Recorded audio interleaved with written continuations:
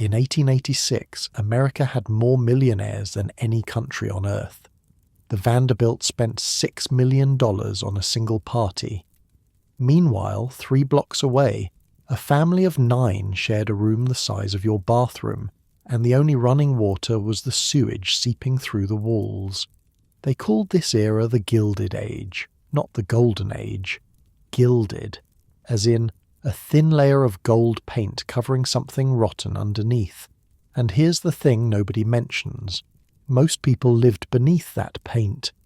This is what life was really like for them. Oh, before I forget, if you're one of those people who puts these on to fall asleep, I'd love it if you subscribed. And honestly, I'm always curious where everyone's at. Like, are you in bed? On a couch? What time is it there? Drop it in the comments if you feel like it. I read them in the morning with my coffee, and it's kind of nice knowing someone in Dublin was listening at 4 a.m. while I was asleep. All right, so we're heading back to 1886. But before we go anywhere, get comfortable. I mean it. Fix those pillows, pull up that blanket. Where we're going, you're going to want to be cozy. Trust me on this one. So, picture this. You're standing on the deck of a ship called the Adriatic. You've been at sea for 12 days. 12 days of vomiting, of sleeping in bunks stacked 3 high in steerage, of eating salted beef that tastes like someone's mistake. 12 days of wondering if you made the right choice leaving everything behind. Your name is Seamus Callahan. You're 20 years old. You're from a village in County Cork that nobody in America has ever heard of, and honestly, that's fine by you. Your father died 2 winters ago from something the doctor called lung fever, but was probably just poverty dressed up in medical terms. Your mother spent the next 2 years saving every penny, every half penny, selling eggs and mending clothes and doing whatever work she could find. Also, you could be standing right here, right now, with $3 sewn into the lining of your coat and a piece of paper with your cousin Patrick's address in New York. The wind is cold. It's October. The kind of cold that gets into your bones and reminds you that you're alive, even when you wish you weren't. Around you, hundreds of other passengers are crowding toward the rail, pushing, shoving, trying to see. And then you see it. Lady Liberty. Now here's the thing. In 1886, the Statue of Liberty has only been standing for about 2 weeks. It was just dedicated on October 28th. So when you see her, she's brand new, shiny. Well, not shiny exactly. More like a dull copper colour that hasn't yet turned green. But she's there, rising out of the harbour, holding that torch up like a promise. You watch the other passengers weeping, grown men, women clutching rosary beads. Everyone seems to think this means something, that America is going to be different, that Lady Liberty is telling them, you made it, you're safe now, you want to believe. That. You really do. But you've also heard stories.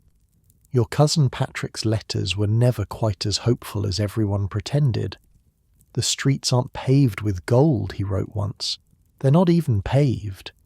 And there's something living in the walls of my building that screams at night. You figured he was joking. He wasn't. The ship docks at Castle Garden, which is basically a big round fort at the southern tip of Manhattan that the city has converted into an immigration processing centre. It's chaos. Pure, screaming, overwhelming chaos. There are thousands of people, all trying to move in different directions at once.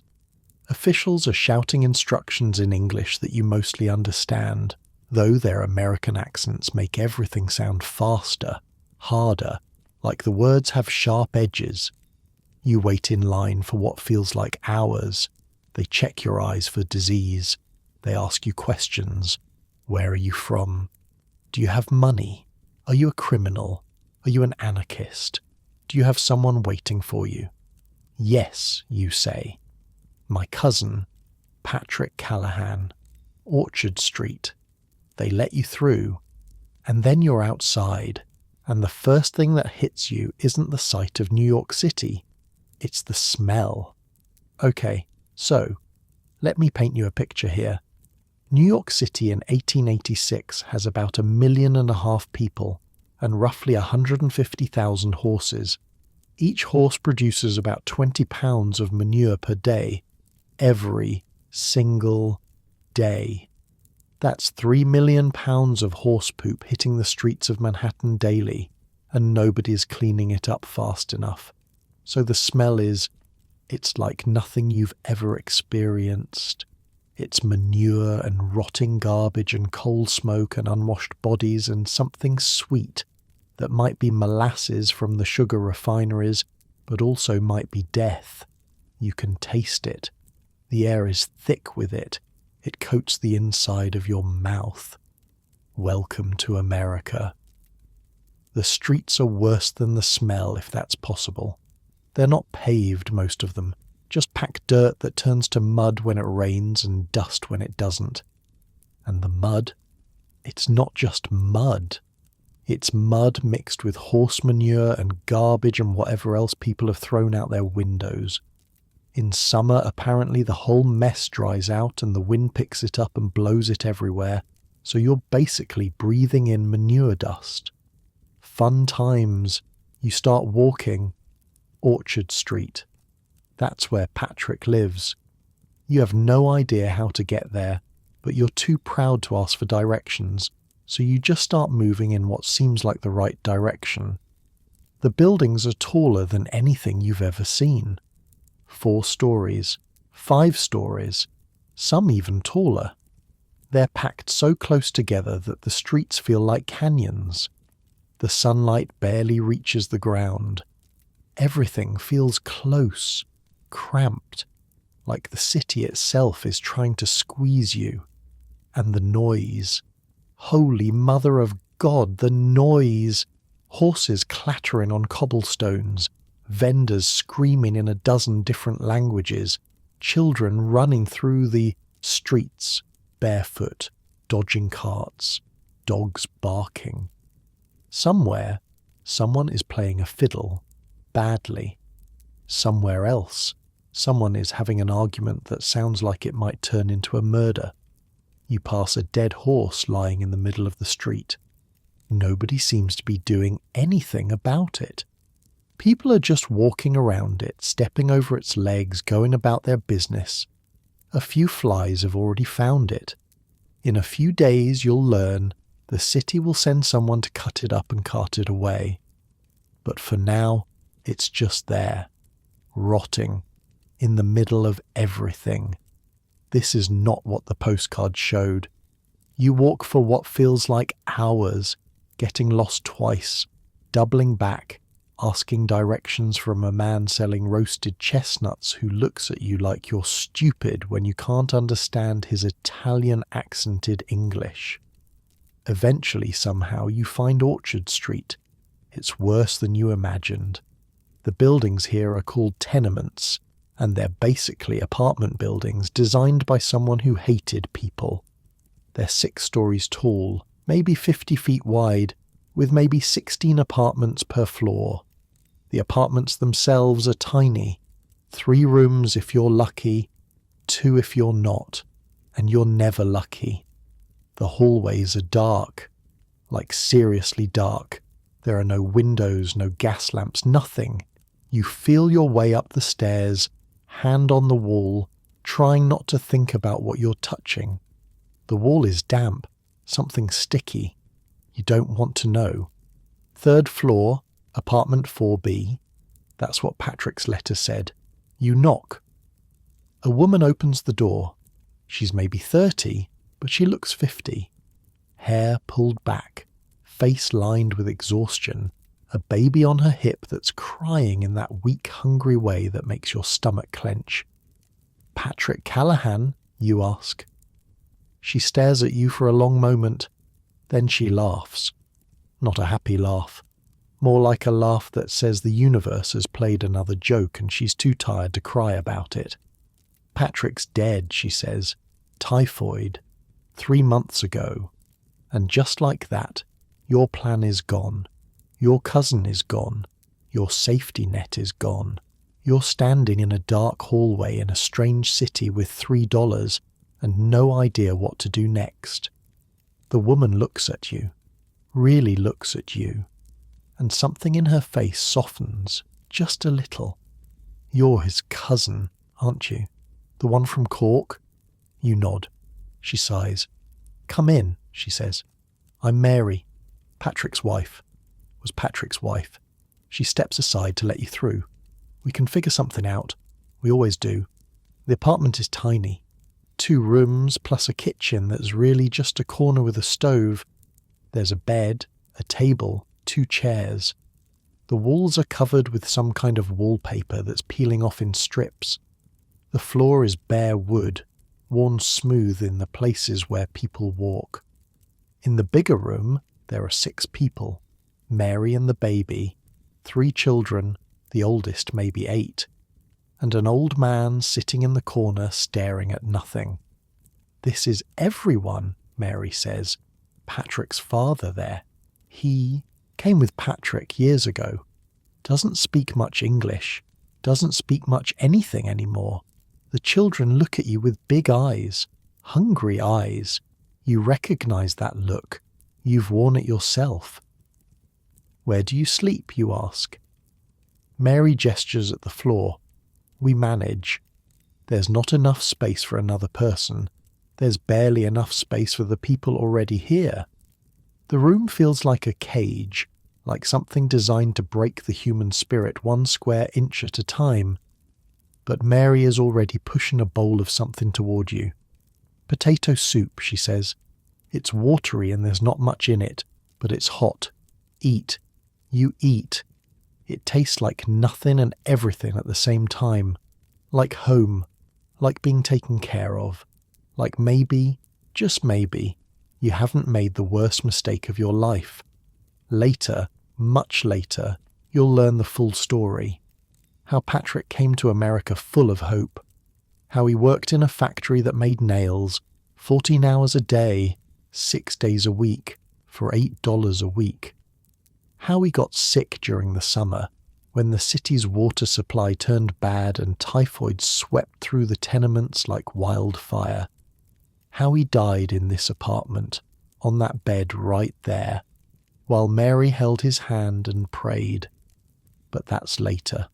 For now, you just eat your soup and try not to think about what comes next. Outside, the city is growing dark. Not the gentle darkness of a country night, with stars and moon and silence. This is a different kind of dark. The gas lamps on the street flicker to life, but they don't reach inside these buildings. Here, on the 3rd floor of a tenement on Orchard Street, the darkness is complete, total, the kind of darkness that makes you forget what light looks like. Mary lights a single candle. It's all they can afford. You can sleep by the stove, she says. It's warmest there. In winter, everyone sleeps near the stove. We take turns being closest. You stretch out on the floor. The wood is hard, unforgiving. You can feel every knot, every crack. Somewhere in the building a baby is crying. Somewhere else 2 men are arguing in a language you don't recognize. The walls are thin. You can hear everything, every cough, every footstep, every whisper. You think about your mother back in Cork. Right now, she's probably sitting by the fire, wondering if you made it safely. You promised you'd write as soon as you arrived. You'll have to find paper, find a pen, find a way to tell her that everything is fine without actually lying. You think about Patrick, the cousin you never knew well but always planned to know better, the man who was supposed to show you how to survive in this strange new world. Now he's in the ground, and you're lying on his floor eating his widow's soup. You think about tomorrow. You need to find work. You need money. You have $3, which sounds like a lot until you realize that a week's rent in this apartment is $2.50. That leaves you 50 cents for food, for clothes, for everything else. You have maybe a week before you're completely broke. The candle flickers. Mary blows it out. The darkness swallows everything. Somewhere in the building, that baby is still crying. Not like your cozy bed right now, huh? Unlike the soft mattress you're sinking into, this floor is just bare wood over bare stone, and every position you try makes some part of your body ache. But you're exhausted, bone-tired, the kind of tired that comes from 12 days at sea and 1 day in a city that feels like it's trying to swallow you whole. So you close your eyes and you sleep, or you try to sleep. The sounds of the tenement are constant, a symphony of human misery, coughing, crying, someone retching, someone praying in Latin, the words rising and falling like a tide. The building itself seems to groan, settling into the night like an old man lowering himself into a chair. At some point, you dream. You dream of green fields and your mother's voice and a future that looked different from this. You dream of the Statue of Liberty, but in your dream she's not holding a torch. She's holding a sign that says, "Turn back. You've made a terrible mistake." You wake up before dawn. Grey light is filtering through the single window, which is so dirty it might as well be painted. Mary is already up, feeding the baby, getting the children ready for whatever the day holds. "Morning," she says. "Sleep okay?" You don't answer. You both know the truth. Outside, the city is waking up. You can hear it. The horses, the carts, the vendors setting up their stalls. The endless grinding machinery of a city that never stops, never rests, never gives anyone a break. Today, you need to find work. Today, your new life in America really begins. You have no idea how hard it's going to be, but you're about to find out. Mary hands you a piece of bread. It's stale, hard around the edges, the kind of bread that fights back when you try to chew it. But it's food, and you're grateful. "Find the docks first," she says. "They always need men to unload ships. Or try the construction sites. They're building everywhere these days." She pauses, hesitates, looks at you with something like pity. "And Seamus? Don't take it personal. What they say, what they do, it's just how things are here. You don't understand what she means. Not yet." You step outside into a morning that smells like coal smoke and garbage and something cooking from a cart down the street. The sun is barely up, but the city is already loud, already moving, already grinding through another day. You start walking. The first place you try is a construction site a few blocks away. They're putting up a new building, something massive, 6 stories tall. Workers are swarming all over it like ants on a hill. There's a man standing near the entrance with a clipboard, watching everyone come and go. Looking for work, you say. Strong back, hard worker. He looks at you, takes in your clothes, your face, your accent. "Where you from?" "Ireland, County Cork." He snorts. "We got enough mix already. Try somewhere else." That's it. No interview, no chance to prove yourself. Just a word, a dismissal, and you're walking away. You try the docks next.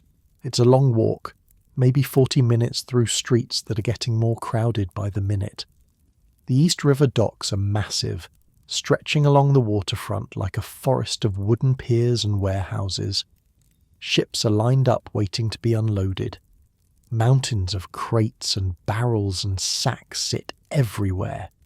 This looks promising. All these ships, all this cargo. They must need workers. You find the man in charge. A big fellow with a red face and a belly that speaks to too many beers. Looking for work, you say again. Strong back, hard worker. He looks at you.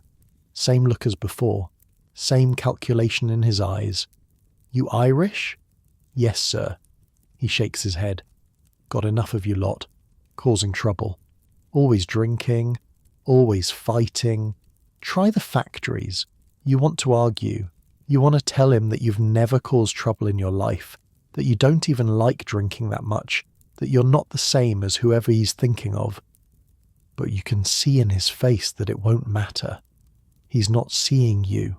He's seeing everyone who came before you, everyone with your accent and your face and your story. You keep walking. The next place is a warehouse that needs men to move crates. The sign out front says, "Help wanted" in big letters. Your heart lifts a little. Maybe this is the one. But underneath the help wanted sign, someone has added another sign. Smaller, almost apologetic. No Irish need apply. You stand there for a long moment, staring at those 4 words. 4 words that tell you everything you need to know about your place in this new world. 4 words that your cousin Patrick probably stared at too back when he first arrived. 4 words that will follow you for years. You keep walking. The next few hours are a blur of rejection. A lumber yard on Cherry Street. A man selling coal who needs someone to make deliveries. A bakery of all things where you thought maybe, just maybe, your accent wouldn't matter if you were just carrying sacks of flour. Wrong. The bakery owner actually laughed. Laughed right in your face. "An Irishman in my shop," he said. "Your kind can't even stay sober long enough to pour the yeast." You wanted to hit him. You really did. Your fists actually clenched, and for one hot second you imagined what it would feel like to knock that smirk right off his face. But you didn't. Because that would prove him right, wouldn't it? That would be the drunk, fighting Irish everyone expects. So you unclenched your fists and walked away and hated yourself a little for being so reasonable. By midday you've tried 8 different places, a factory that makes bolts, a company that builds wagons, a butcher who needs someone to clean up, a stable that's looking for hands. The answer is always the same. Sometimes it's polite. "Sorry, we're not hiring your kind right now." Sometimes it's not. "Get out of here, Mick. Find your own kind. Your kind, your people." As if being Irish is a disease, something contagious, something that might spread to the good American workers if they let you get too close. You're getting hungry. That piece of bread was hours ago, and your stomach is starting to complain. But you can't spend money on food. Every penny matters now. Every cent is the difference between survival and disaster. You keep walking. The afternoon sun is actually warm, which would be nice except that it makes the street smell worse. The garbage in the gutters is cooking. The horse manure is cooking. Everything is cooking, releasing smells you didn't even know existed. You pass through neighborhoods that change every few blocks. Here, everyone is speaking Italian. Over there, it's German. A few streets down, you hear Yiddish for the first time, a language you've never encountered before. It sounds almost like German, but not quite. Different. Musical. New York, you're learning, is not one city. It's a dozen cities stacked on top of each other, each with its own language, its own food, its own rules. And the Irish. They have their own neighborhoods too, centered around 5 Points and parts of the Lower East Side.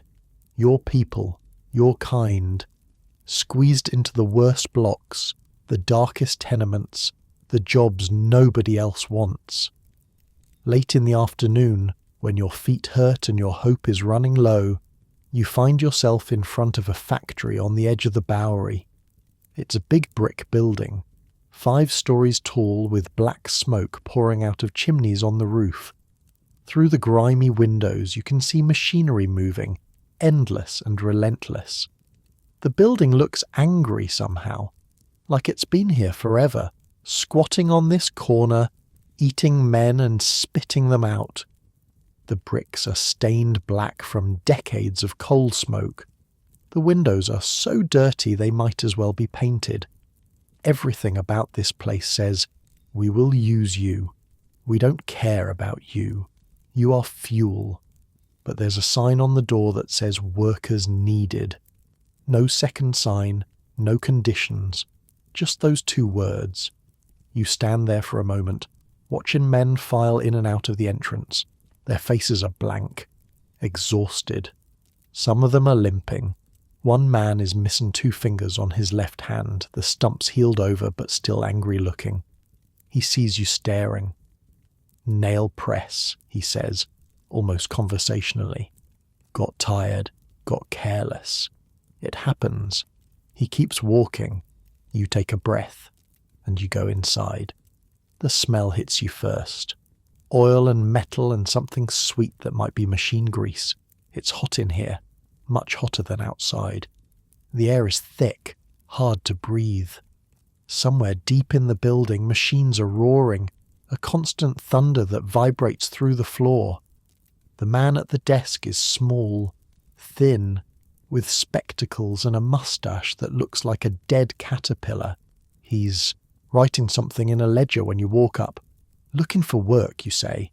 "Third time's the charm. Fourth." You've lost count. He looks up, studies you. "Where from?" "Ireland." You brace yourself. Here it comes. The rejection, the insult, the 4 words. But instead, he just nods. "We pay $1.20 a day," he says. 6 days a week, 12-hour shifts. You start at 6 in the morning, you finish at 6 at night. Half hour for lunch. You buy your own food. You miss a day, you don't get paid. You're late, you get docked. You cause trouble, you're out. He pauses. "We don't care where you're from. We care if you can work." "Can you work?" "Yes, sir," you say. "Yes, sir, I can work." "Good. Start tomorrow, 6 o'clock. Don't be late." He writes something in his ledger and waves you away. That's it. No handshake, no welcome, just a transaction.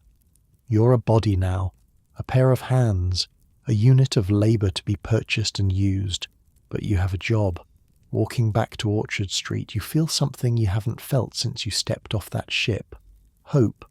Small and fragile, like a candle flame in a drafty room, but real. $1.20 a day. That's $7.20 a week. Minus the $2.50 for rent, you'd have almost $5 left over. For food, for clothes, for saving. You're doing the math in your head as you walk. If you save $1 a week, that's $52 a year. Passage from Cork to New York cost about $30. So in maybe a year you could send for your mother, bring her here, show her what her sacrifice made possible. The thought makes you walk faster, even though your feet are screaming. The streets are getting more crowded as afternoon turns to evening. Workers pouring out of factories heading home, vendors closing up, children playing in the gutters. The math isn't perfect. You'll learn. There are costs you don't know about yet. The company store, the fines for breaking rules you didn't know existed, the donations to the foreman if you want to keep your job, but that's tomorrow's problem. Tonight, you have good news. Mary smiles when you tell her. Actually smiles, and for a moment you can see the woman she must have been before Patrick died, before this city ground her down. The children gather around, excited by the energy in the room. Even the old man in the corner seems to stir a little.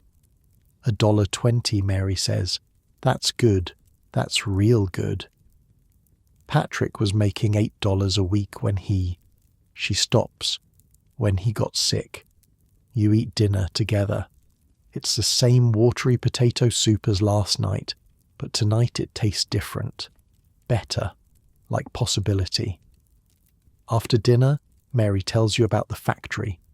It's a nail factory, she says. They take iron rods and turn them into nails. Millions of nails. Nails for the buildings going up all over the city, for the railroads pushing west, for houses being built everywhere America is expanding. It's hot work, she warns, and loud. You'll want to bring something to stuff in your ears, or you'll go deaf like some of them. And be careful around the machines. The machines don't care if you get in the way. They just keep going. She tells you about Patrick, how he was careful, always careful, but the factory took something from him anyway. The noise, the heat, the endless repetition. He'd come home some nights so tired he could barely eat. His hands would shake from the work. His eyes would be red from the coal dust. Some nights, Mary says, he'd sit right there in that chair and stare at the wall for an hour before he could even speak. The factory does that. Takes the words right out of you. Takes everything. She's quiet for a moment. The children have stopped listening, distracted by something. The old man in the corner is mumbling to himself in Irish, the words too soft to make out. But he never complained, Mary continues. Not once. He'd get up the next morning and go back, because that's what you do, because there's no other choice. And he believed, Seamus. He really believed that if he worked hard enough, saved enough, things would get better. That someday we'd have a real apartment, maybe a house, maybe... She trails off. You wait. Maybe we'd go somewhere green, she finishes. Somewhere that doesn't smell like garbage. Somewhere the children could play outside without stepping in horse dung. She laughs, but there's no humour in it. But he did it, Mary says. Every day. For us. Because that's what you do. You understand. You understood it back in Ireland, watching your mother work herself raw to save your passage money.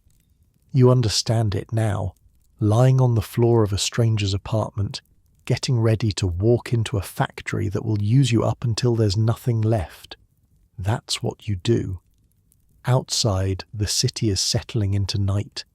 The gas lamps are flickering on, one by one. Somewhere in the distance you can hear music playing. A fiddle, maybe, or a squeeze box. Something Irish, something from home, drifting through the streets of New York. You think about what's waiting for you tomorrow. 12 hours in a factory. Heat and noise and machines that could take your fingers, your hands, your life if you're not careful. $1.20 for selling your body one day at a time. It's not the America you imagined. Not the land of opportunity from the posters and the stories. But it's real. And starting tomorrow, it's yours. You find your spot by the stove and stretch out on the floor. The wood is just as hard as last night, but somehow it feels different. You have a purpose now, a direction, something to wake up for. The sounds of the tenement are familiar already. The crying babies, the coughing, the arguments through thin walls, the building settling and groaning like something alive. You close your eyes and listen to the city breathe. Not like your comfortable bed right now, is it? While you're all warm and cozy, sinking into your pillow, Seamus is lying on a wooden floor, bones aching, getting ready to walk into hell for $1.20. But here's the thing about Seamus, about all the Seamuses who came to America in those years. They did it. They got up before dawn and walked into those factories and worked until they couldn't see straight.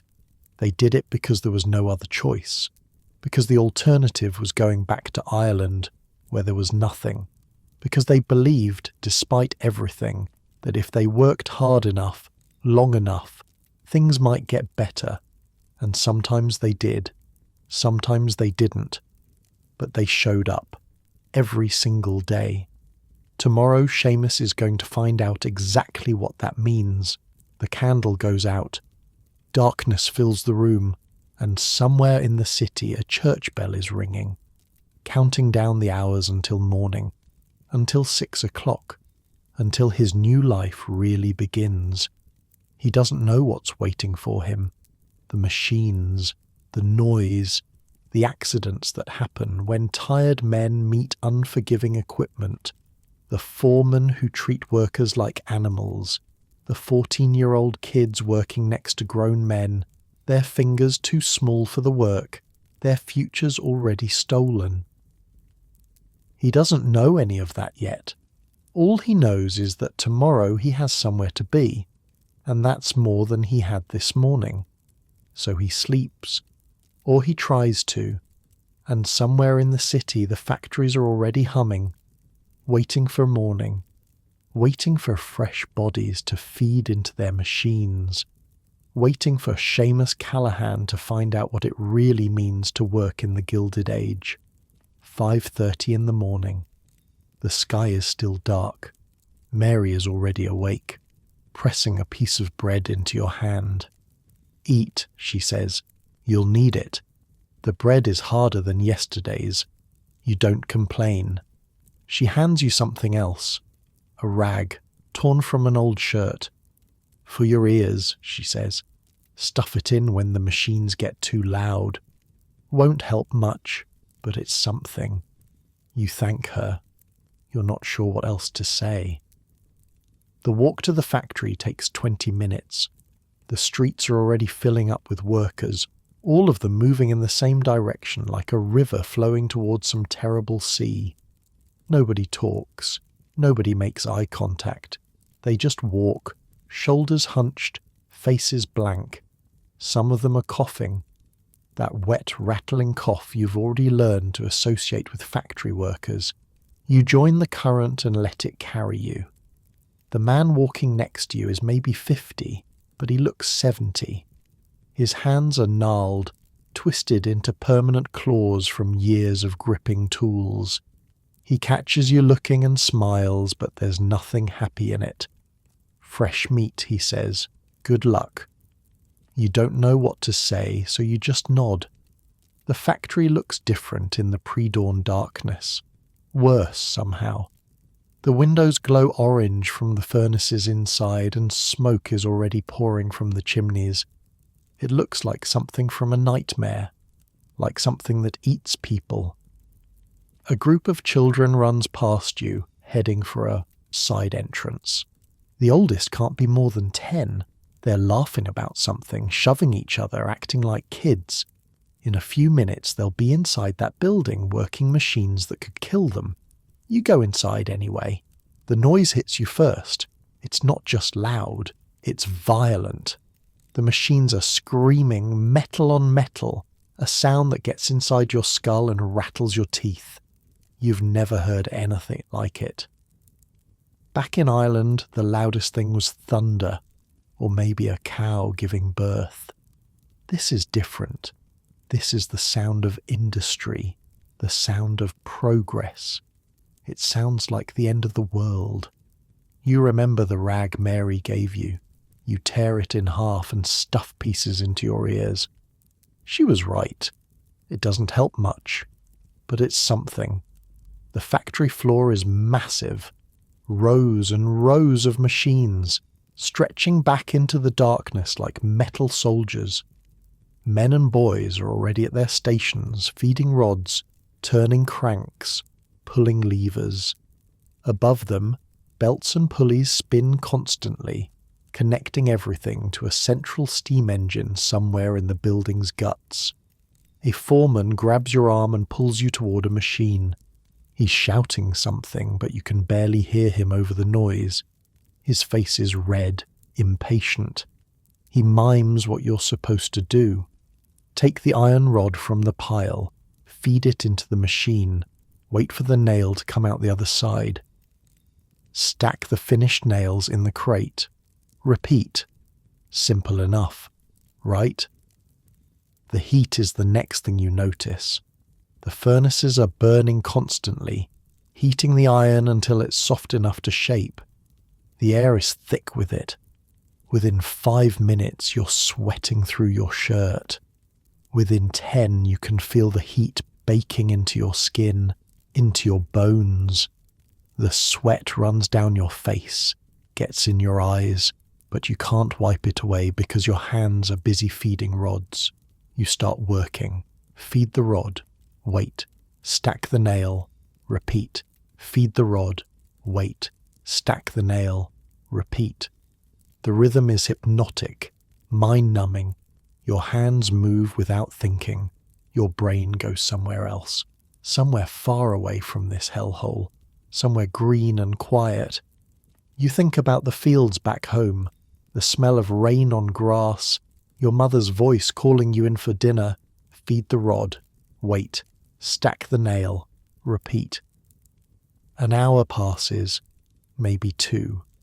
Time doesn't work the same way in here. There are no windows you can see through, no clocks, nothing to tell you how long you've been standing in one spot doing the same motion over and over. The only markers are the crates of nails. When one fills up, someone comes and takes it away and replaces it with an empty one. That's how you know time is passing. Your back starts to hurt, then your shoulders, then your feet. The floor is concrete, hard and unforgiving, and standing on it for hours is like standing on stone. You shift your weight. Doesn't help. There's no comfortable position. There's just pain and less pain. Feed the rod.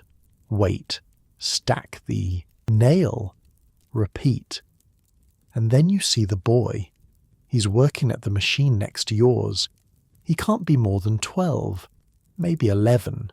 Skinny, pale, with dark circles under his eyes that make him look like a ghost. His hands are too small for the work. His arms are too thin. But he's doing it anyway, feeding rods and stacking nails just like you. He catches you staring and shrugs. Been here 2 years, he says, or shouts really, over the noise. Started when I was 10. You don't know what to say, so you don't say anything. You just keep working. Feed the rod. Wait. Stack the nail. Repeat. The boy's name is Tommy. You'll learn later. Tommy Sullivan. His father died in a construction accident 3 years ago, fell off a scaffold and broke his neck. His mother does laundry for rich families uptown, scrubbing their sheets until her hands crack and bleed. But it's not enough. So Tommy works. Has been working since he was old enough to reach the machines. 2 years of this. 2 years of feeding rods and stacking nails. 2 years of heat and noise and danger. And he's 12 years old. He's not the only kid in here. Now that you're looking, you can see them everywhere. Boys and girls, some of them barely tall enough to see over the equipment. They work the smaller machines, the ones that require nimble fingers. They sweep up the metal shavings that pile up like silver snow. They carry materials from one station to another, weaving between the machines like they're playing some kind of deadly game. One girl, maybe 8 or 9, is sorting nails by size. Her hands move so fast they blur. She's been doing this so long it's automatic. Muscle memory. She doesn't even look at what she's doing. Nobody seems to think this is strange. Nobody seems to care. This is just how things are. Around midday, a whistle blows. Lunch. You have 30 minutes. You find a corner away from the machines and sit down on the floor. Your legs are shaking. Your hands are cramped into claws from gripping rods all morning. Your ears are ringing even with the rags stuffed in them. Tommy sits down next to you. He pulls out a tin can and pries off the lid. Inside is some kind of cold mush. He sees you looking. Oatmeal, he says, from yesterday. My ma makes a big pot on Sunday and it lasts all week. First day, he asks. You nod. Gets easier, he says, or you get used to it. Same thing, maybe. He eats a spoonful of cold oatmeal and chews thoughtfully. The trick is not to think, he says. Just do. Thinking slows you down, makes you tired faster. And when you slow down, when you get tired, That's when the machines get you. Get you? Tommy holds up his left hand. His pinky finger is missing. Gone at the second knuckle, the skin healed over into a smooth pink stump. Nail press, he says. Last winter. Wasn't paying attention. Was thinking about Christmas, about whether my ma could afford a present. Machine didn't care what I was thinking about. Just took the finger right off. He says it like he's talking about the weather. Like losing a finger is just something that happens, like rain or cold or hunger. Like it's the price you pay for being alive. You look around the factory floor. Now that you know what to look for, you see it everywhere. Missing fingers, missing hands, burned scars crawling up arms and necks. One man is missing an eye, the socket covered by a leather patch that's dark with oil and sweat. The machines don't care, Tommy says. They just keep going. You're in the way, that's your problem. Nobody stops the machines for blood. The whistle blows again. Lunch is over. You stand up on legs that don't want to work and walk back to your machine. The afternoon stretches ahead of you like a desert. 6 more hours. 6 more hours of heat and noise and rods and nails. You think about what Tommy said. Don't think. Just do. Feed the rod. Wait. Stack the nail. Repeat. The afternoon is worse than the morning. The heat builds and builds until the air feels solid, like you're breathing soup. Sweat pours down your face, stings your eyes, drips off your chin onto the concrete floor. Your throat is raw from breathing in metal dust and coal smoke. Every breath tastes like iron. Your arms are getting tired. The rods feel heavier than they did this morning. Your movements are slower, sloppier. Twice you almost drop a rod. Twice you catch yourself and force your hands to grip tighter. Don't think. Just do. Feed the rod. Wait. Stack the nail. Repeat. Somewhere across the factory floor, someone screams. You look up. Can't help it. Everyone looks up. A man is on the ground near one of the big presses, the ones that shape the metal with tons of force.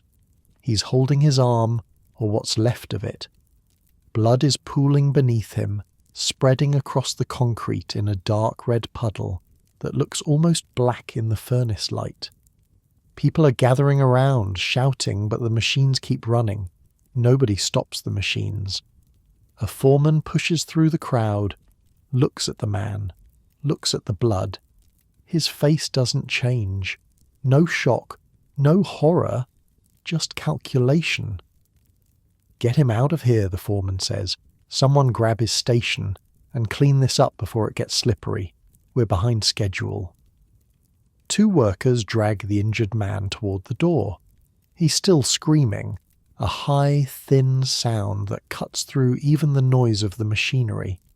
You catch a glimpse of his arm as they pass.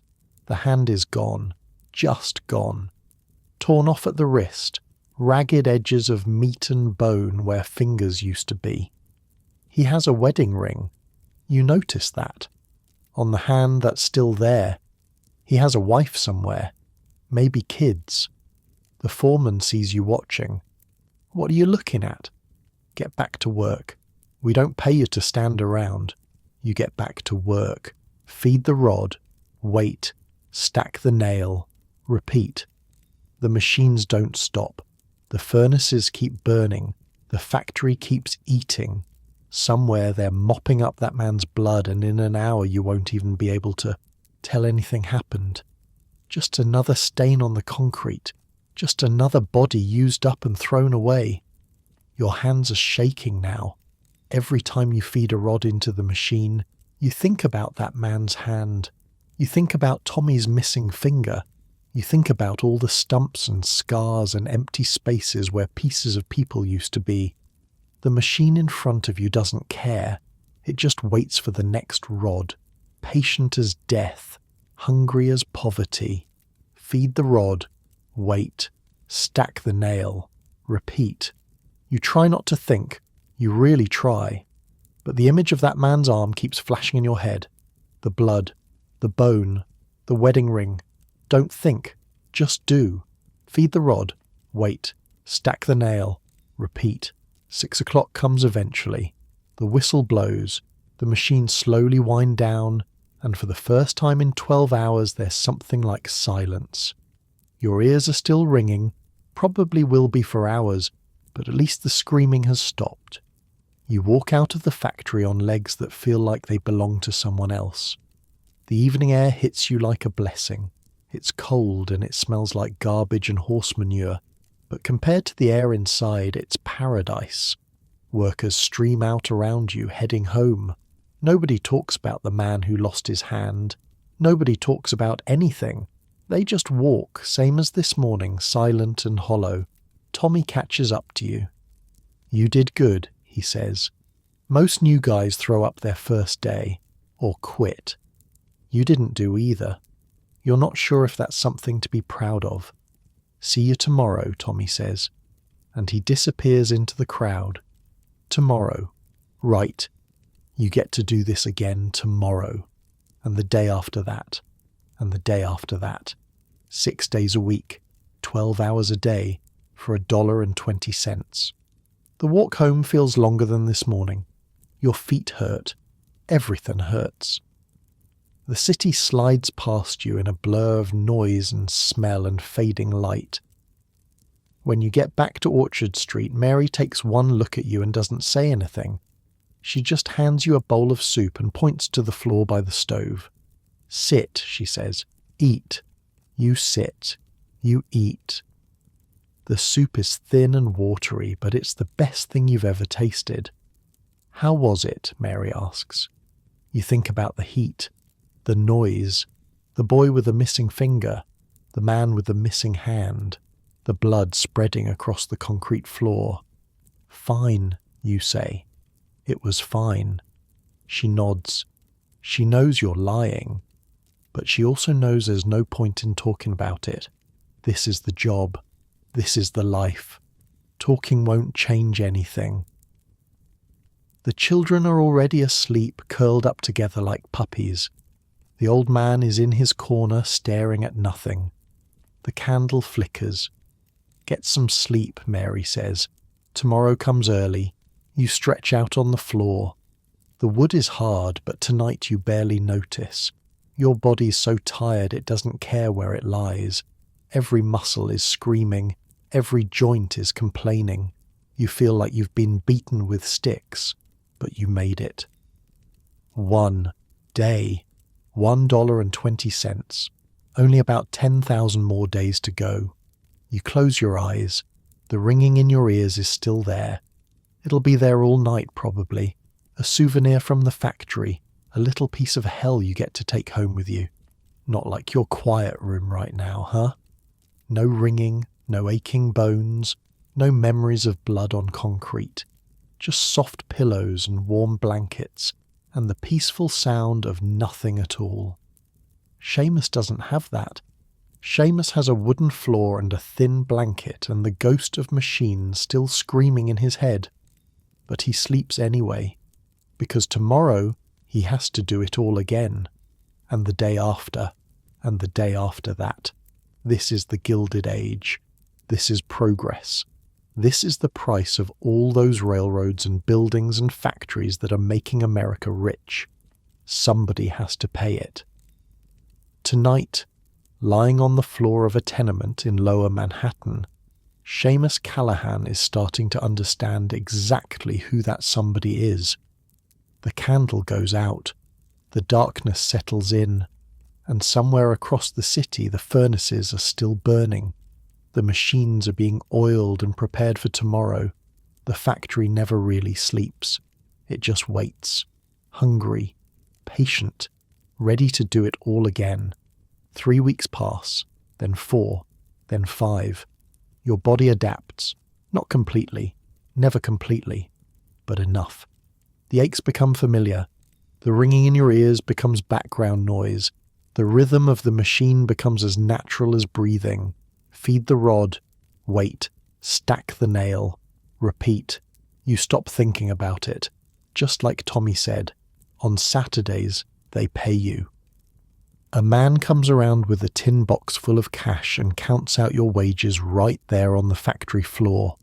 $1.20 a day, 6 days a week. $7.20, minus deductions. The deductions are where they get you. 50 cents for using the company privy, 20 cents for the rags to wipe your hands, 15 cents for drinking water, which comes from a barrel that nobody ever cleans, 10 cents for lamp oil, even though you work during the day and never use the lamps, another 10 cents for something called equipment maintenance, which as far as you can tell means nothing at all. By the time they're done deducting, you're left with about $5, maybe $5.50 on a good week. Still, it's money, real money, more money than you've ever held in your life. You give Mary $2 for rent and food, you keep $2 for yourself, the rest goes into a tin can that Mary hides under a loose floorboard. For your mother, she says, for when you bring her over. The first time you put money in that can, you feel something you haven't felt in a long time. Pride. You're doing it. You're actually doing it. $1 at a time, 1 week at a time, you're building something. It doesn't feel like much, but it's yours. Saturday nights, after work, some of the men go to a place called O'Malley's. It's a saloon on Mulberry Street, squeezed between a butcher shop and a building that might be a brothel, but nobody talks about it directly. The sign outside is faded, the windows are grimy, and the smell of spilled beer hits you from half a block away. It's perfect. Tommy takes you there your first time. You're not sure a 12-year-old should be in a saloon, but nobody seems to care. Half the customers look like they've been drinking since before Tommy was born. One more kid isn't going to change anything. Besides, Tommy explains, his mother knows. She doesn't like it, but she knows. It's safer than him wandering the streets alone at night, and at least here there are people watching out for him. The inside is dark and loud and packed with men speaking Irish and English, and sometimes both at once. A fiddler in the corner is playing something fast and sad at the same time, something that reminds you of home so hard it almost hurts. Men are singing along, or trying to. Most of them are too drunk to remember the words, but they remember the feeling. The feeling is what matters. This is where we come, Tommy says, after work. To remember we're human. To remember we're not just machine parts. The walls are covered with pictures. Old newspaper clippings about boxing matches and political victories. A painting of Ireland that looks nothing like the Ireland you remember. All green hills and thatched cottages, like something from a fairy tale. A poster advertising a boxing match from 3 years ago, the paper yellowed and curling at the edges. Someone has nailed a horseshoe above the bar for luck, though you're not sure how much luck anyone in here has actually had. A crucifix hangs near the door, blackened by years of tobacco smoke, watching over everyone who comes and goes. You find a spot at the bar. The bartender is a massive man with arms like tree trunks and a face that's been rearranged by fists more than once. He's missing part of his left ear. Factory accident, someone will tell you later, or a bar fight. The stories change depending on who's telling them. He looks at you, looks at Tommy. New one? He asks. Callahan, Tommy says. Nail factory. Good worker. Doesn't complain. The bartender nods, like this is important information. He pours you a beer without asking if you want one. First one's free, he says. After that, you pay like everyone else. And if you start any trouble, I finish it. Understood? You nod. You understand. The beer is warm and flat and tastes like something died in it. It's the best thing you've ever had. You sit there, drinking, listening. The men around you are talking about work, about foremen who treat them like animals, about accidents that happened last week, last month, last year, about wages that keep getting cut while prices keep going up, about wives and children and the old country and everything they left behind to come to a place that doesn't want them. There's a man in the corner who lost both hands to a press machine. He drinks by having someone else hold the glass to his lips. There's another man with burns covering half his face, the skin shiny and tight. He doesn't talk much, just drinks and listens and stares at nothing. This is what the factory does. This is what it takes from people. And still they come back every day, because there's no other choice. It's like being home. Not Ireland home, but home in a different way. A home made of shared misery, of people who understand what your life is like because they're living the same one, of stories and songs and beer that taste like death but feels like communion. You hear a name come up over and over. Tammany. What's Tammany? You ask Tommy. He grins. Oh, you'll meet them soon enough. A week later, you do. His name is Mr. Flannery. Just Mr. Flannery. Nobody uses his first name. He's maybe 40, with a belly that speaks to regular meals and a gold watch chain that speaks to money. He wears a suit, which immediately sets him apart from everyone else in the room. His shoes are polished. His hair is combed. He looks like he belongs in a different world, which in a way he does. He's what they call a ward boss. He works for Tammany Hall, which is the political machine that runs New York, or at least runs the Irish parts of New York, which these days is a lot of it. Tammany Hall isn't a place. Exactly. It's more like an organization, a system. They've been around since before the Civil War, building power one immigrant at a time. Every ward in the city has a boss like Mr. Flannery. Every boss answers to someone higher up. And at the very top there are men who decide who becomes mayor, who becomes police chief, who gets the contracts to build the bridges and the buildings and the sewers. It's corruption. Pure and simple. But it's also the only system that actually helps people like you. Mr. Flannery holds court in the back of O'Malley's every Sunday afternoon. People come to him with problems, need a job. Mr. Flannery knows someone. He knows everyone. Trouble with the police. Mr. Flannery can make it go away. Got a cousin locked up for something he may or may not have done? Mr. Flannery knows a judge. Landlord threatening to kick you out. Mr. Flannery will have a word, and suddenly the landlord remembers he has other problems to worry about. In exchange, you vote the way he tells you to vote. That's the deal.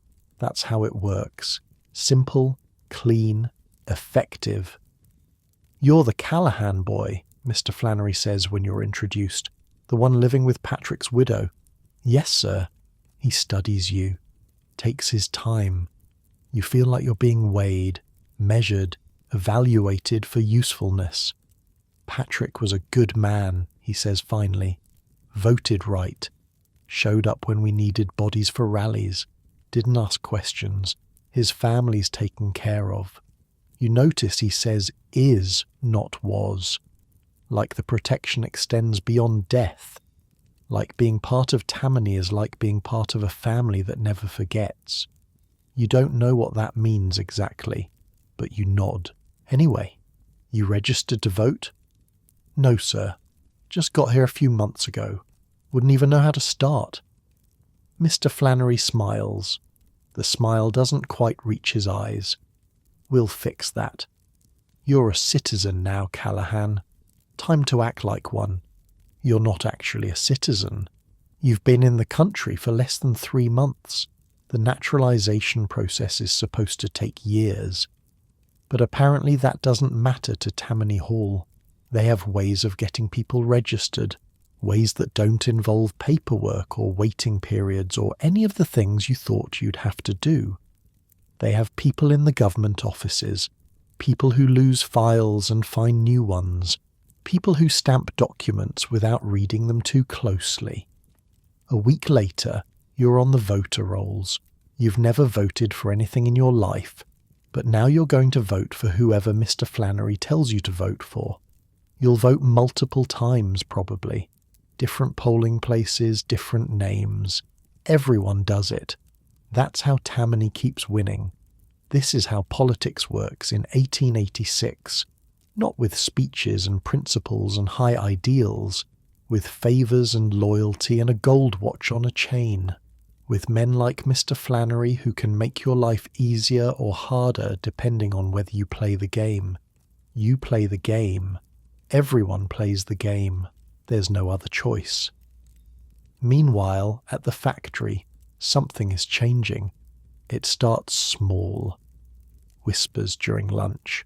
Conversations that stop when the foremen walk by. Men gathering in corners, talking low, then breaking apart like nothing happened. You ask Tommy about it. He shrugs.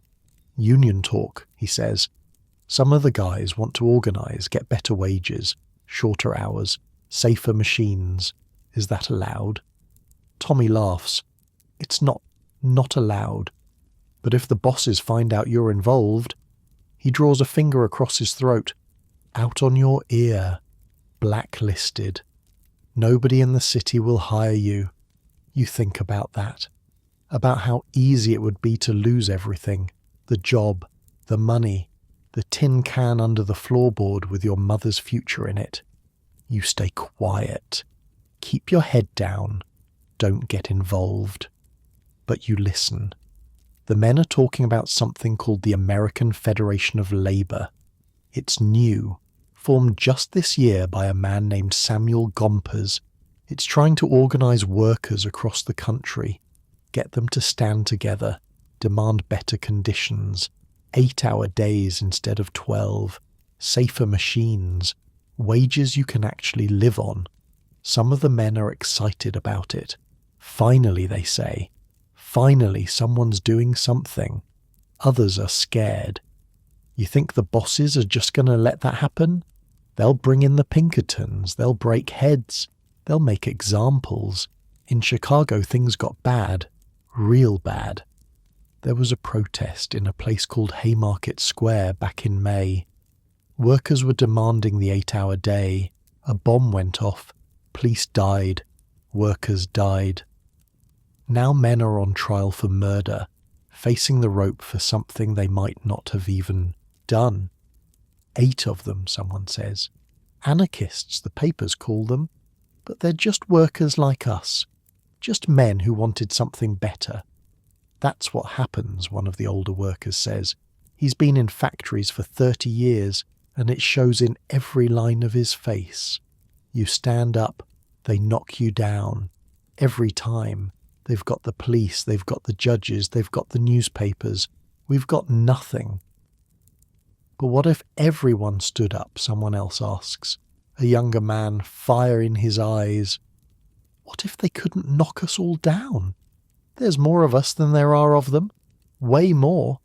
Nobody has an answer for that. The question hangs in the air like smoke. The talk continues. Gets louder some days, quieter others. The foremen are watching more closely now. Everyone can feel it. Something is building. Something is coming. You don't know what. You don't know when. You just know that the factory feels different. Tenser. Like a rope being pulled tighter and tighter, waiting to snap. One Sunday, walking home from O'Malley's, you see something that stops you dead. A carriage is rolling down Fifth Avenue. Not just any carriage. This thing is like a palace on wheels. Gold trim on the doors, velvet curtains in the windows, glass so clean you could eat off it. 4 horses, matched black, each one probably worth more than you'll earn in a year. The driver sits up front, dressed better than anyone you know, and he's just the help. Just the guy who holds the reins. The carriage moves through the street like it owns the place, which you realise it kind of does. People step aside. Vendors pull their carts out of the way. Even the horses on the street seem to know they're in the presence of their betters. Inside, you can just barely see them. A man and a woman, dressed in clothes that would cost more than your entire tenement building. He's wearing a top hat, real silk, the kind you've only seen in pictures. She's wearing something with feathers, huge feathers that must have come from some bird you've never heard of. They're laughing about something, some private joke, and even their laughter sounds expensive. Like it was bought and paid for, packaged up with a ribbon. The woman is holding a little dog on her lap, a little dog wearing a silk ribbon, a dog that probably eats better than Tommy Sullivan, than Mary's children, than half the people in your building. A dog that has never been hungry, never been cold, never wondered where its next meal was coming from.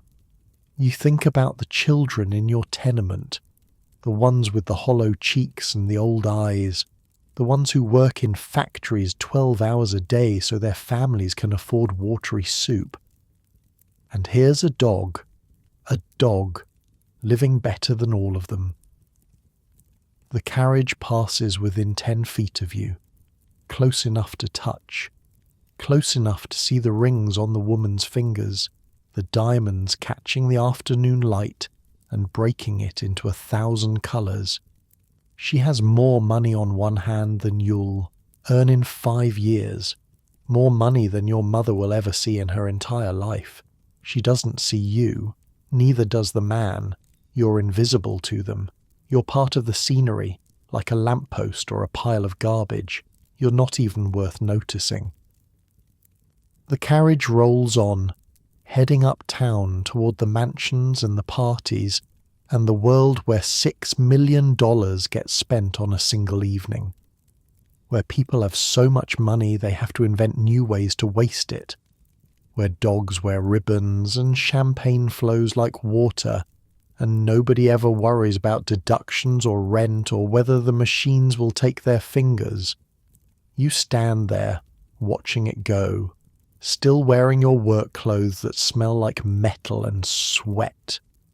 Your hands are still rough from the rods, your ears are still ringing from the machines, you've got maybe $3 in your pocket and you feel rich. Same city, same street, same sky overhead, different universe entirely. That night, lying on the floor of the tenement, you think about that carriage, about the dog with the ribbon, about Mr. Flannery and his gold watch and his power to make problems disappear, about the men whispering about unions and the men who got killed in Chicago for wanting a better life. The Gilded Age, they call it. A thin layer of gold over something rotten. You're starting to understand what that means. Outside, the city is settling into sleep. The noise is fading, the streets emptying. Somewhere a drunk is singing an Irish song, the words slurred but the melody clear. You close your eyes. Not like your cozy bed right now, is it? While you're all warm and comfortable, Seamus is lying on a wooden floor thinking about carriages and unions and a world that seems designed to keep him exactly where he is. Forever. But here's the thing about Seamus, about all the people like him. They didn't stay down forever. They organised, they fought, they voted, they built communities and unions and political machines that changed the country. It took decades. It took blood. It took sacrifice you can't even imagine. But they did it. Seamus doesn't know that yet. All he knows is that tomorrow is Monday, and he has to be at the factory by 6. All he knows is the rhythm of the machine and the weight of the rods, and the face of that woman in the carriage who didn't even see him. But something is stirring. In him. In everyone around him. Something that won't stay quiet forever. The candle flickers out. The darkness settles in, and somewhere in the city, in saloons and tenements and factory floors, people are whispering, waiting, getting ready for whatever comes next. Winter comes to New York like a fist. One day it's cold, the next day it's colder, and then suddenly the temperature drops so far that the water in the barrel outside your building freezes solid and doesn't thaw for 3 weeks. You've never experienced cold like this. Ireland was wet and miserable, sure, grey skies and endless rain that soaked through everything. But this is different. This is a cold that gets into your bones and stays there. A cold that makes your teeth ache and your fingers go numb and your breath turn to ice the second it leaves your mouth. A cold that kills. The tenement becomes a survival exercise. There's one stove for the whole apartment, one small cast iron stove that's supposed to heat 2 rooms and keep 6 people alive. Mary feeds it coal constantly, a few lumps at a time, trying to make their supply last. Coal costs money, 15 cents a bucket, and in February you go through a bucket a day if you want to stay alive. The math is brutal. 15 cents times 30 days is $4.50, just for coal, just to not freeze. That's almost half of what you're putting toward your mother's passage. At night, everyone sleeps near the stove. The children curl up together like puppies sharing body heat.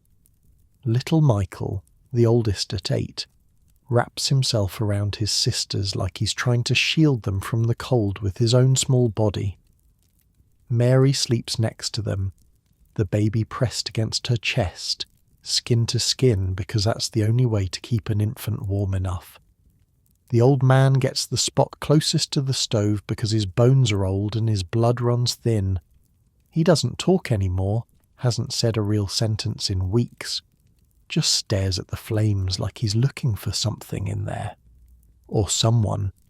You sleep farthest away, near the door where the draft comes in through gaps in the frame. You're young, you're strong, you can take it. That's what you tell yourself anyway. Some nights you wake up and your blanket is stiff with frost from your own breath. Some nights you don't really sleep at all, just shiver until morning, watching the darkness and waiting for the grey light that means you can get up and move around, get your blood flowing again. The walk to the factory becomes a battle. The streets are covered in ice and frozen mud and horse manure that's turned to brown concrete. People slip and fall constantly. One morning you see an old woman go down hard, crack her head on the cobblestones, blood on the ice. Nobody stops to help her, can't afford to be late, can't afford to care about strangers when you're barely keeping yourself alive. You step around her and keep walking. Hate yourself a little for it. Keep walking anyway. Inside the factory the heat is almost welcome now. Almost. The furnaces that made summer unbearable are keeping people alive in January. Workers crowd around them during breaks, holding out their hands, trying to absorb enough warmth to make it through the next few hours. Tommy shows up one morning with blue lips and shaking hands. His coat is too thin. His shoes have holes in them. He's been wearing the same clothes since fall, and fall clothes aren't made for February. You give him your scarf. It's not much, just a piece of wool that Mary knitted from scraps, but it's something. He tries to give it back. Keep it, you say. I'm hot-blooded anyway. It's a lie. You're as cold as anyone.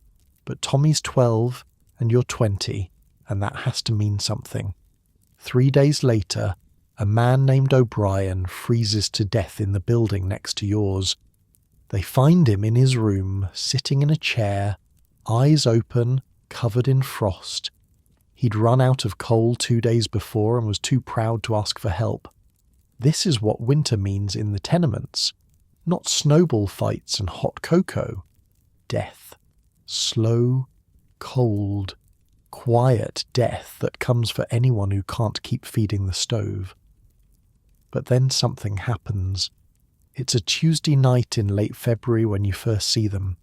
You're walking home from the factory, head down, shoulders hunched against the wind, thinking about nothing but getting warm. The streets are dark, lit only by the occasional gas lamp that's more shadow than light. Your feet are numb, your face is numb, you're moving on pure habit. And then you turn a corner onto Broadway, and you look up. Lights, electric lights. They've installed them all along the street, a string of bright white lights running down the avenue like stars that fell to earth and decided to stay. They're mounted on tall poles, casting pools of brilliance that overlap and merge into a river of light. They're so bright they hurt your eyes after the darkness of the side streets. So bright they cast shadows in every direction at once.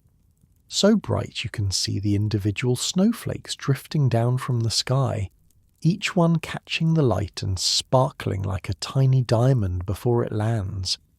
You've heard about electric lights. Everyone has. Edison's been putting them up all over the city for years now, starting with that power station on Pearl Street back in 1882. Replacing the gas lamps one block at a time. Rich neighbourhoods first, of course. Always the rich neighbourhoods first. But you've never seen them up close. Never stood underneath one and felt its glow on your face like artificial sunshine. It's like magic. Actual magic. Light without fire. Brightness without smoke or oil, or any of the things that light has always required. The glow is steady, unwavering, not like the flicker of gas or candles. It just is. Pure and constant and impossibly bright. You can read by this light. You could read a book, right here on the street, in the middle of the night. You can see colours you couldn't see by gaslight. A woman's dress across the street is red. Actually red. Not the muddy brown that everything becomes by gas lamp. Red. You stand there for maybe 10 minutes just staring up. Your neck hurts from the angle. Your feet are freezing. People push past you, annoyed, muttering about country fools and immigrants who don't know how to walk. But you don't care. You're watching the future.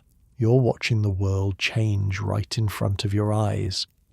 A policeman on the corner is watching you, probably wondering if you're drunk or crazy. You don't care about that either. This, you, think. This is what America is supposed to be. Not the tenements and the factory and the cold that kills old men in their chairs. This, light, progress. The promise that tomorrow might actually be better than today. Somewhere, someone figured out how to do this. Someone sat in a room and thought about electricity and wires and glass bulbs until they invented this miracle. That's what humans can do. That's what's possible. You walk home with something you haven't felt in months. Hope. Real hope. Not the desperate kind that's just denial dressed up fancy. The kind that comes from seeing something genuinely new, genuinely good, genuinely possible.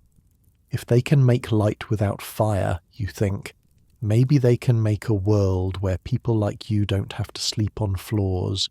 Maybe they can make machines that don't eat fingers. Maybe they can make factories that don't turn men into ghosts. Maybe.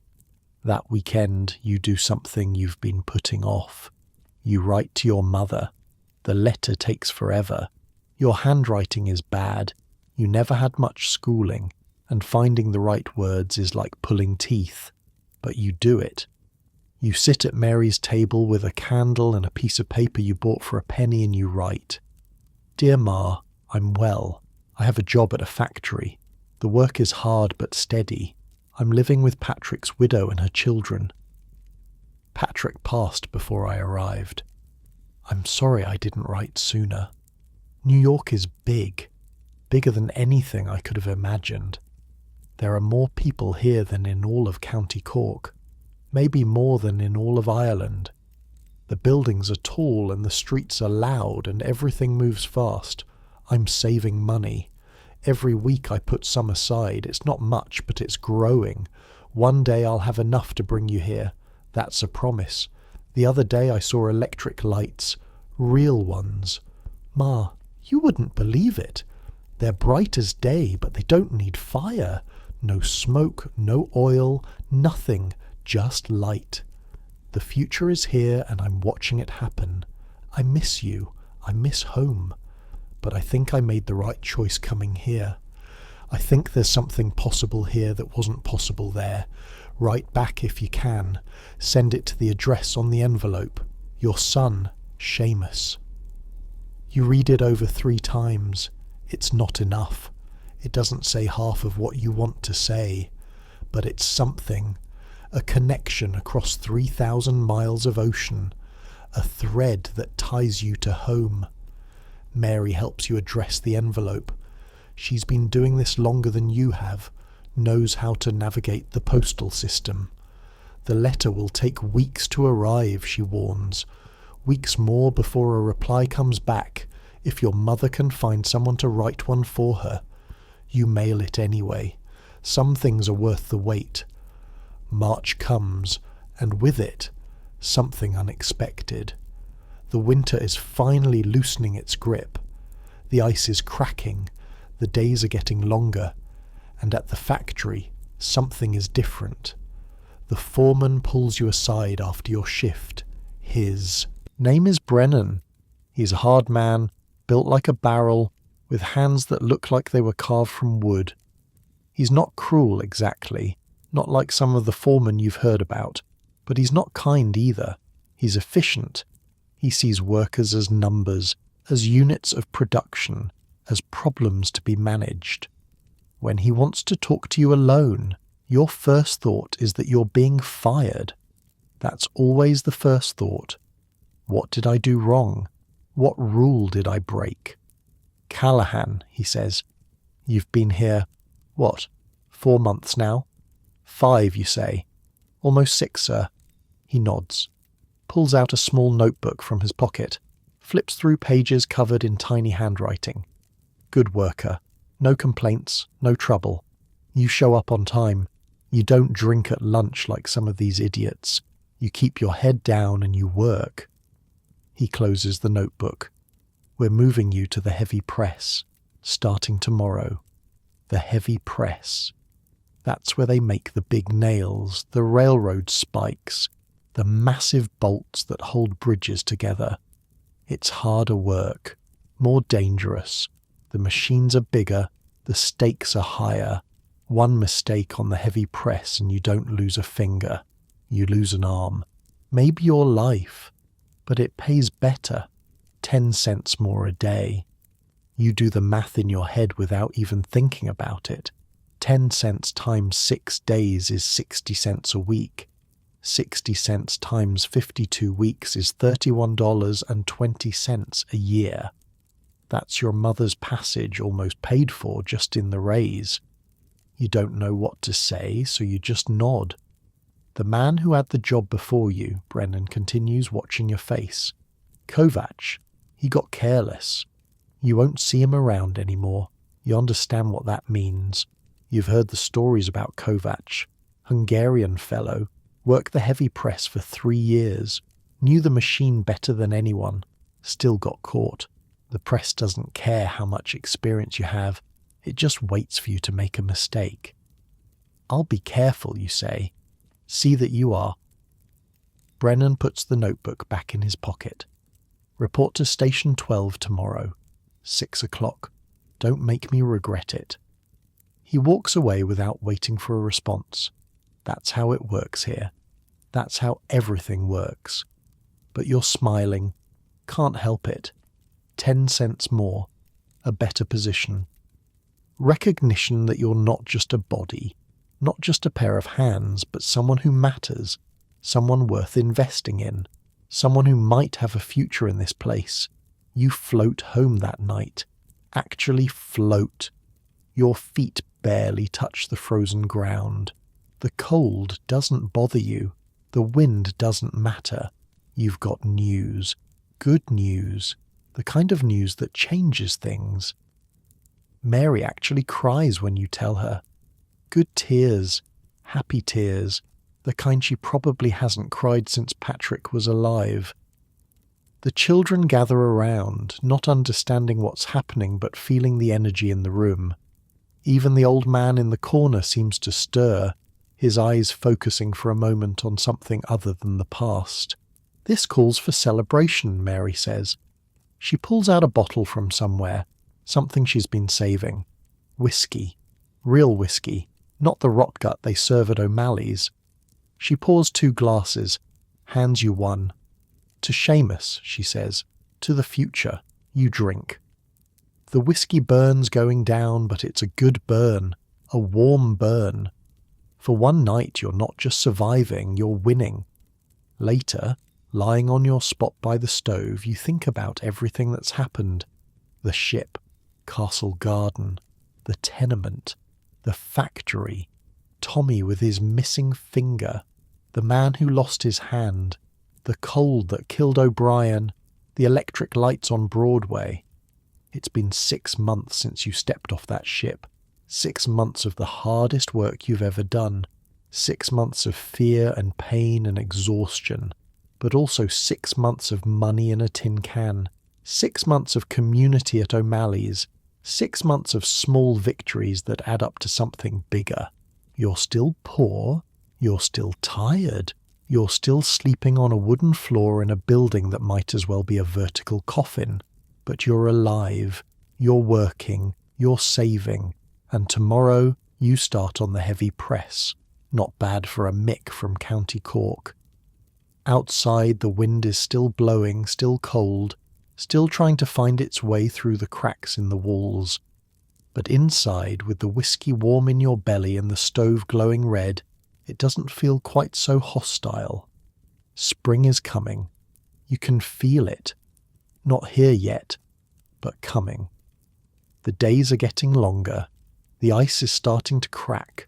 Soon the streets will turn back to mud instead of frozen ground, and then to dust, and then it'll be summer again with its own different miseries. But for now, in this moment, things are okay. Maybe even good. Not like your cozy situation right now, of course. You've got heat that doesn't require feeding coal every few hours. Light you can turn on with a switch. A bed that's actually soft. But Seamus is getting there. Slowly. Painfully. One day at a time. That's how it worked back then. That's how it still works now, really. Small victories. Tiny steps forward. The belief that tomorrow might be slightly better than today, and the willingness to work for it. The candle burns low. Mary blows it out. Darkness. But not the hopeless darkness of those first nights. A different darkness now. A darkness that feels more like rest than oblivion. You close your eyes. Tomorrow, the heavy press. Tomorrow, a new challenge. Tomorrow, another step towards something better. But tonight, just for tonight, you've already won. Sleep comes easy for once. And somewhere across the city those electric lights are still burning, still promising a future that's brighter than the past. Seamus Callahan doesn't know it yet, but he's part of something bigger than himself, part of a story that's still being written, part of a nation that's changing every single day, for better and worse, in ways nobody can predict. He's just one man, one immigrant, one worker among millions, but his story matters. They all do, and he's not done yet, not even close. Spring arrives like a rumour at first, a day here and there where the wind doesn't cut through your coat, a patch of blue sky between the clouds, the sound of water dripping as the ice finally starts to melt. Then all at once, it's real. The streets turn to mud, thick, brown, ankle-deep mud that gets into everything. It's disgusting. It smells worse than winter somehow, because all the garbage and horse manure that froze over is now thawing and mixing together into a soup that squishes under your boots. but the sun is warm on your face, and after 5 months of cold that tried to kill you, a little mud feels like a fair trade. Work on the heavy press is harder than the nail line. The machine is bigger, louder, angrier. It takes rods as thick as your thumb and hammers them into spikes that could punch through steel. The rhythm is slower but heavier.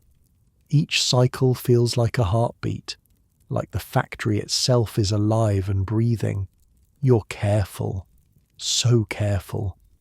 Every time you feed a rod into the press, you think about Kovac, about the space where his arm used to be, about how fast everything can go wrong. But you're getting good at it. Your hands know the rhythm now. Your body moves without thinking, leaving your mind free to wander, to plan, to dream. The tin can under the floorboard is getting heavier. $23 now. $23.40 to be exact. You count it every Sunday, spreading the coins and bills out on Mary's table, touching each one like a prayer. $7 more and you can send for your mother. Maybe 8 to be safe. A few more months. By summer maybe. By fall for certain. The thought keeps you going through the 12-hour shifts, through the aching muscles and the ringing ears and the exhaustion that seeps into your bones. Every rod you feed into that machine is another step toward bringing her here. In mid-March, something happens that you didn't expect.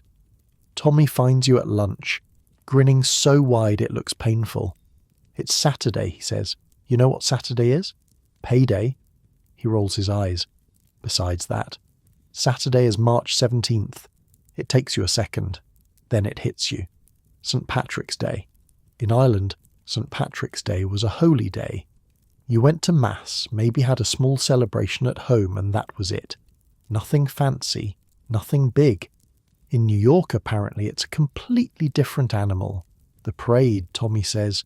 The parade is Saturday. Everyone goes. Everyone. You've heard about the St. Patrick's Day parade. It's been going on for decades, longer than you've been alive. Thousands of Irish marching through the streets of New York, showing the city that they exist, that they matter, that they're not going anywhere. You've never seen it, never even considered going. Saturdays are for work, but Tommy's already ahead of you. Flannery arranged it, he says. Half the factory's taking the day. The bosses don't like it, but they can't exactly fire all of us. You think about that. About hundreds of workers just not showing up. About the power that represents. About what it means that Mr. Flannery can make something like that happen. So Saturday morning, instead of walking to the factory, you walk to Fifth Avenue. The crowd is like nothing you've ever seen. Thousands of people. Tens of thousands. Maybe more.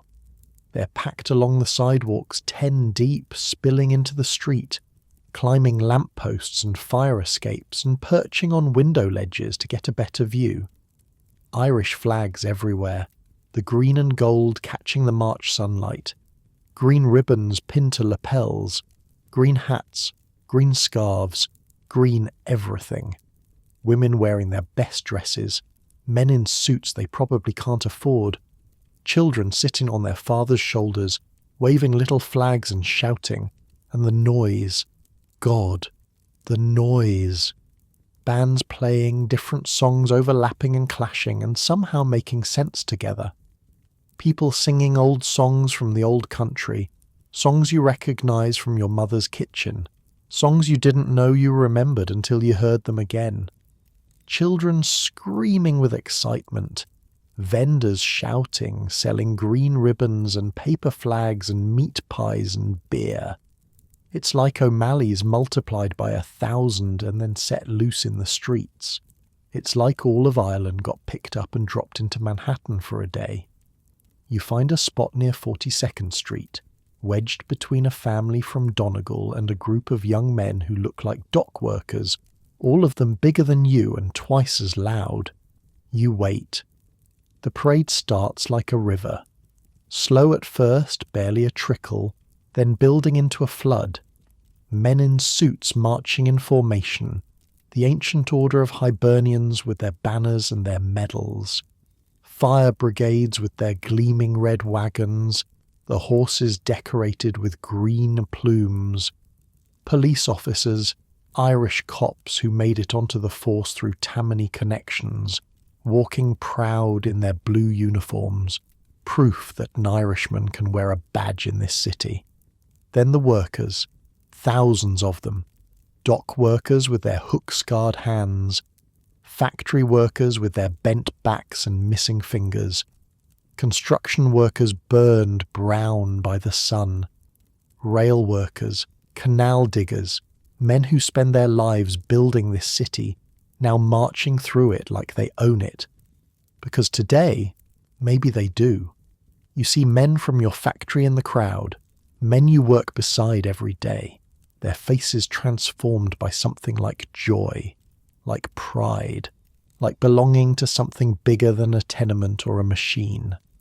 They're not workers today. They're Irish. They're Americans. They're free. They chant. They sing. They wave flags and banners with union slogans, words about 8-hour days and fair wages and dignity for workers. The Knights of Labour banner passes by, then the AFL, then groups you don't recognise but understand anyway. Nobody stops them. Nobody arrests them. The cops on the corners are Irish too, cheering along with everyone else. For one day at least, the workers are allowed to dream out loud, to demand out loud, to exist out loud. You watch for hours. Your feet hurt. Your stomach is empty. You don't care. This is what community looks like. This is what power looks like when ordinary people stick together. This is what your cousin Patrick was part of, what Mr. Flannery is part of, what you're becoming part of whether you meant to or not.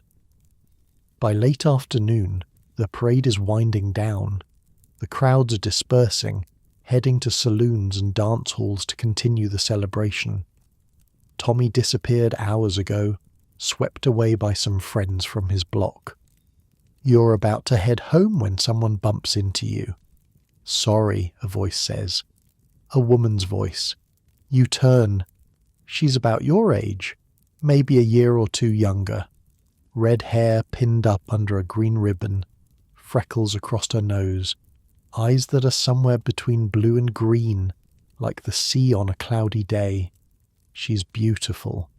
Not in the untouchable way of the woman in the carriage with the little dog. Beautiful in a real way, in a way that makes your chest tight. My fault, you managed to say. Wasn't watching where I was standing. She smiles. You're from the old country. I can hear it. Cork, you say. Galway, she says. Came over 3 years ago with my parents. You? 6 months. Give or take. She nods like this makes sense, like she remembers what 6 months felt like. I'm Bridget, she says. Bridget O'Connor, Seamus Callahan. She sticks out her hand, which surprises you. Women don't usually shake hands, but Bridget O'Connor apparently does what she wants. Her grip is firm, her hand is rough, calloused. Working hands, like yours. You work? You ask. She raises an eyebrow. What? Women can't work? No, I just meant... She laughs. Relax, Callahan. I'm teasing. I work at a garment factory on Hester Street, sewing shirts, 12 hours a day, same as you probably. Same as everyone, you say. Same as everyone, she agrees, but not today. Today's for being Irish. She glances at the dispersing crowd. Some of us are going to a dance hall on Bowery, she says. Murphy's Place. You know it? You don't. You shake your head. You should come. It's St. Patrick's Day. You shouldn't spend it alone. You think about the tenement, about Mary and the children and the floor you'll sleep on tonight, about the money you're saving and the mother you're trying to bring over and all the responsible, practical, sensible things you should be doing. Okay, you say. I'll come. Bridget smiles. That smile does something to your chest, something you don't have a word for. Murphy's, she says, Bowery and Grand, 8 o'clock, don't be late. And then she's gone, swallowed by the crowd, leaving you standing on Fifth Avenue with your heart beating faster than it has any right to. You go to the dance. Murphy's is a basement hall with a low ceiling and sawdust on the floor and a band in the corner playing jigs and reels that make your feet want to move even if you don't know how to dance. You don't know how to dance. Not really. But neither does anyone else, it turns out. They just move. They stomp and spin and grab partners and let the music carry them wherever it wants to go. Bridget finds you near the door, too nervous to go in properly. You came, she says, said I would. She grabs your hand. No more standing around. Come on. The next few hours are a blur. The music is loud and fast and somehow also sad, like all Irish music. The beer is cheap and plentiful. People are laughing, singing, shouting stories at each other over the noise. You dance with Bridget, or something like dancing. She leads mostly because you have no idea what you're doing. She doesn't seem to mind. She laughs when you step on her feet, which is often. Tell me about Cork, she says during a slower song. What do you want to know? Everything. What it looked like. What it smelled like. What you miss. So you tell her about the green hills and the grey skies and the smell of peat smoke, about your mother's cottage and the neighbours you grew up with, and the church where you were baptised, about leaving, about the ship, about arriving in a city that didn't want you but needed you anyway. She listens, really listens, not just waiting for her turn to talk, but actually hearing you. When you finish, she's quiet for a moment. I miss Galway, she says finally, every day, but I wouldn't go back. There's nothing there anymore. No work, no future. At least here. She shrugs. At least here there's a chance. You think about that. About chances. About futures. Do you ever wonder, you start to ask? But the music picks up again and the moment passes. Later, walking home through streets that are still echoing with celebration, you think about Bridget O'Connor from Galway, about her red hair and her working hands and the way she said your name. You're not thinking about the factory. You're not thinking about your mother's passage money or the heavy press or the tin can under the floorboard. You're thinking about the possibility that there might be more to life than just surviving. That maybe, somewhere in this loud and dirty and dangerous city, there's room for something like happiness. It's a dangerous thought. Happiness is expensive. Happiness requires things you can't afford, but you think it anyway. The next morning, Sunday, you walk to the Brooklyn Bridge. You've been meaning to see it for months. Everyone talks about it. The eighth wonder of the world, they call it. The greatest engineering feat of the age. A bridge that took 14 years to build and killed at least 20 men in the process. It opened 3 years ago, in 1883. The day it opened, thousands of people walked across it, and one woman got crushed in a stampede when someone shouted that the bridge was collapsing. It wasn't. It was just fear. Just people being afraid of something new. You pay the penny toll and start walking. The bridge stretches ahead of you like a road into the sky. Stone towers rising up on either side, massive and solid, strung with cables as thick as your arm. Below you, the East River churns grey and cold, dotted with boats and ferries. You walk to the middle and stop. Look back at Manhattan. Look forward at Brooklyn. From up here, the city looks different. Smaller somehow, but also grander.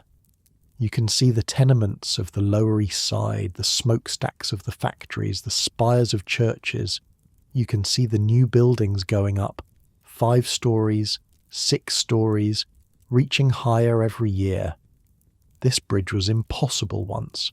Everyone said so. Too long, too heavy, too ambitious. The man who designed it died before it was finished. His son took over, got sick from working underwater, spent years in bed directing construction from his window. But they built it anyway. Stone by stone, cable by cable. They built the impossible and made it real. You think about that. About impossible things. About what people can do when they refuse to give up. Below you, the river keeps flowing. Above you, the cables hum in the wind. Around you, other people are walking, looking, pointing at the view. For a moment, just a moment, you feel like you're part of something bigger than yourself. Part of a city that's building itself toward the sky. Part of a story that's still being written. Not bad for a Mick from County Cork. Not bad at all. You stand there until the sun starts to set, painting the sky orange and red. Then you walk home, tired and happy, and already thinking about next Saturday. About Murphy's dance hall. About Bridget O'Connor and her sea-coloured eyes. Tomorrow is Monday. Tomorrow is the factory, the heavy press, the endless rhythm of work. But tonight, you've got something else. Something that feels almost like a future. Not like your comfortable bed, is it? While you're all warm and relaxed, Seamus is walking home from the Brooklyn Bridge with hope in his chest and a girl's name on his mind. But here's the thing. That hope was real. That bridge was real. That parade was real. In the middle of all the hardship and danger and inequality of the Gilded Age, people still fell in love, still danced, still celebrated who they were and where they came from.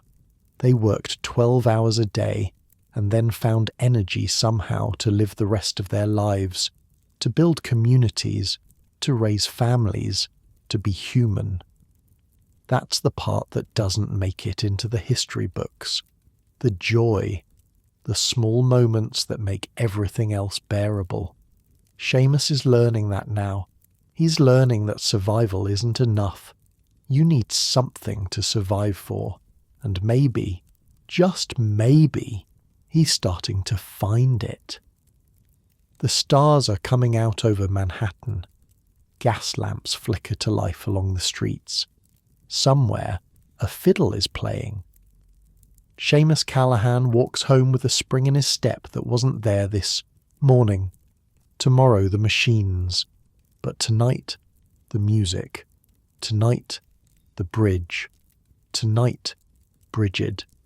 You see Bridget every Sunday after that. It becomes a ritual. Church in the morning, because her mother insists and you're not going to argue with an Irish mother. Then a walk. Through the streets, along the river, wherever your feet take you. She talks about her job at the garment factory. Sewing shirts, 10 hours a day, 6 days a week.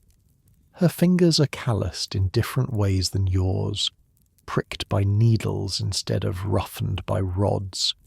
She shows you the scars, tiny dots across her fingertips like constellations. Every shirt I make, she says, some rich man wears it to dinner parties. He's never going to think about me, never going to know I exist. But I know he exists. I can picture his face while I'm sewing his collar. Does that bother you? She shrugs. It used to. Now I just think about how ridiculous his collar is. All those ruffles. Who needs that many ruffles? You laugh. She makes you laugh, which is strange because you didn't think of yourself as someone who laughs. But around Bridget, you do.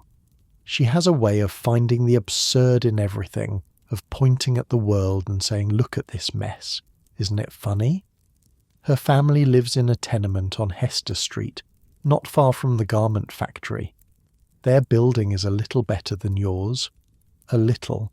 The stairs don't creak as much and there's actually a window in the hallway that lets in light. Small victories. Her father works on the docks when there's work to be had. Which isn't always, which isn't even often. Her mother takes in laundry from uptown families, scrubbing their fancy shirts and dresses until her hands crack and bleed. Her two younger brothers, Sean and Patrick, sell newspapers on street corners and shine shoes outside the hotels, bringing in pennies that add up to survival. They're suspicious of you at first. Bridget's father looks at you like you're something the tide washed in, some half-drowned creature that doesn't know enough to stay away from his daughter. So, he says the first time you come to dinner, you work in a factory. Yes, sir, nail factory, on the heavy press. Heavy press. He nods slowly, like he's weighing this information. You got all your fingers. You hold up your hands. So far. He almost smiles at that. Almost. Her mother is worse. She asks questions that feel more like interrogations. Where are you from? What parish? Who are your people? What did your father do? What do you make at that factory? How much do you save? What are your intentions toward my daughter? Ma, Bridget groans. He just got here. I have a right to know, her mother says. A mother always has a right to know. You answer every question. Honestly, completely. Feeling like you're on trial for a crime you haven't committed yet. Mrs. O'Connor listens with narrowed eyes, weighing each response, looking for lies or weakness. By the time dinner is over, you're exhausted. You've been interrogated by officials at Castle Garden who were less thorough than this woman, but you pass whatever test they're giving. By the third Sunday dinner at their table, Mr. O'Connor is pouring you whiskey and telling stories about Galway, about the fishing boats and the storms and the girl he fell in love with 40 years ago. By the fifth, Mrs. O'Connor is asking when you're going to make an honest woman of her daughter. Ma, Bridget says, mortified, her cheeks turning red. We've known each other 2 months. I knew your father 2 weeks before we were engaged, Mrs. O'Connor says, completely unfazed. 2 weeks. And look at us now. Mr. O'Connor raises his glass. 30 years of her telling me what to do. Best years of my life. Mrs. O'Connor swats his arm, but she's smiling. The whole table laughs. Even you, especially you. Summer comes back around. A year ago you were on a ship, seasick, scared, not knowing what waited for you on the other side of the ocean. Now you're walking these streets like you own them. Not really, of course. You still get lost sometimes. You still feel like a foreigner in ways you can't explain. But the city doesn't terrify you anymore. It's just home. Loud, dirty, crowded home. The heat returns, and with it, all the smells you forgot about during winter. The garbage ripening in the gutters, the horses and their endless contributions to the streets, the tenements baking in the sun, the air inside so thick you could cut it with a knife. The factory is brutal again. The furnaces that saved you in February are trying to kill you in July. Men pass out at their stations. They drag them outside, splash water on their faces, send them back to work. Tommy's grown an inch since you met him. He's 13 now, though he lies and says 14 to anyone who asks. He's got a girl, he tells you, a girl named Anna who works at the match factory on the east side. Her fingers glow in the dark, Tommy says, from the phosphorus. She showed me. That doesn't sound healthy, you say?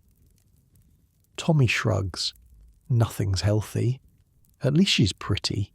He's got a point. In August, something happens that you've been dreaming about for almost a year. You count the money in the tin can. You've been counting it every week, watching it grow penny by penny, dollar by dollar. But this time, when you're done counting, you count again. And then again, just to be sure.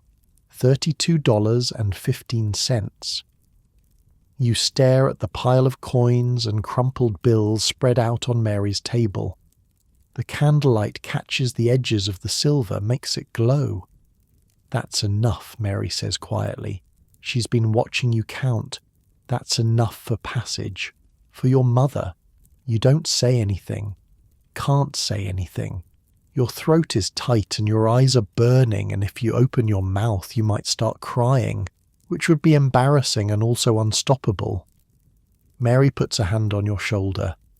Patrick would be proud of you, she says. You know that, right? He'd be proud. You nod. Swallow hard. Blink until the burning goes away. The next morning you go to a shipping company on South Street. A man behind a desk looks at you like you're wasting his time until you pull out the money. Then he looks at you differently. One passage, you say. Queenstown to New York. The name is Callahan. Margaret Callahan. He writes it down, takes your money, hands you a receipt. The next ship leaves in 3 weeks, he says. She'll need to get to Queenstown by then, and she'll need this. He hands you a ticket. Guard it with your life. You walk out of that office holding the ticket like it's made of gold. Because it is, really. It's months of work and sweat and sacrifice turned into a piece of paper that's going to bring your mother across an ocean. You write to her that night. The longest letter you've ever written. Explaining the ticket. Explaining how to get to Queenstown. Explaining what to expect when she arrives. You tell her about Castle Garden, about the questions they'll ask, about how to find you afterward. You tell her about the city, about the noise and the smells and the way the buildings block out the sky, about the factory and the heavy press and the men you work with, about Mary and her children and the floor you sleep on. You tell her about Bridget. There's a girl, you write. Her name is Bridget O'Connor. She's from Galway. She makes me laugh. I think you'd like her. You think about crossing that last part out. It feels like too much, too soon, too something. You leave it in. The weeks between sending the letter and waiting for the ship are the longest of your life. You can't stop thinking about everything that could go wrong. What if your mother can't get to Queenstown in time? What if she gets sick on the voyage? What if something happens and she doesn't arrive and you've spent all that money for nothing? You work, you eat, you sleep. You see Bridget on Sundays and try not to be a nervous wreck. She knows what you're going through. She remembers her own crossing, the fear of it, the way the ocean seemed endless. She'll make it, Bridget says. The O'Connors are tough. The Callahans are probably tougher. How do you know? Because you made it, and you came alone. She'll have the ocean at her back and you waiting at the end. That's more than most people get. You hold on to that. In early September, a year and 1 week after you arrived in New York, you go back to Castle Garden. The place looks different now. Smaller somehow. Less terrifying. When you came through here a year ago, it felt like the entrance to another world. Now it just looks like a building full of tired people. But for the passengers on today's ship, it's still everything. It's still the door to a new life. The ship is called the Bothnia. You watch it come in from the battery, massive and slow, crawling across the harbour like a tired whale. Smoke pouring from its stacks, seagulls circling overhead, screaming, the Statue of Liberty.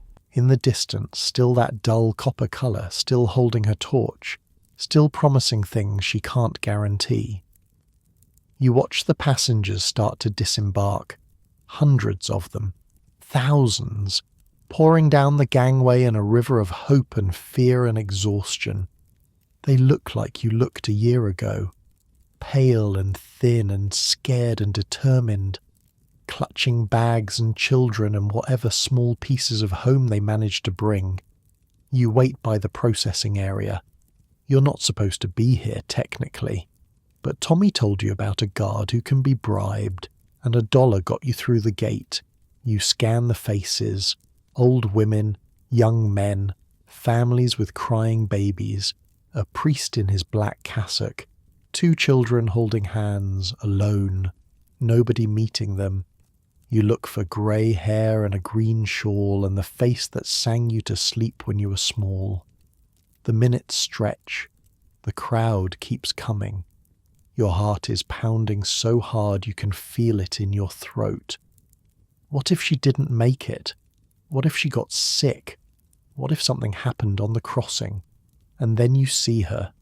She's in the middle of a crowd of women moving slowly, leaning on a cane you don't remember her having. She looks older than you remember, smaller somehow, frailer.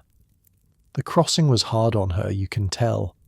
She's thin and pale and her clothes hang loose on a frame that used to be stronger. But her eyes are the same, scanning the crowd, looking, searching. And then they find you. The same eyes. Your eyes. The eyes that watched you take your first steps, that cried when you left, that you've been dreaming about for a year. She doesn't run. Neither do you. You walk toward each other through the chaos, through the pushing bodies and crying children and overwhelmed officials.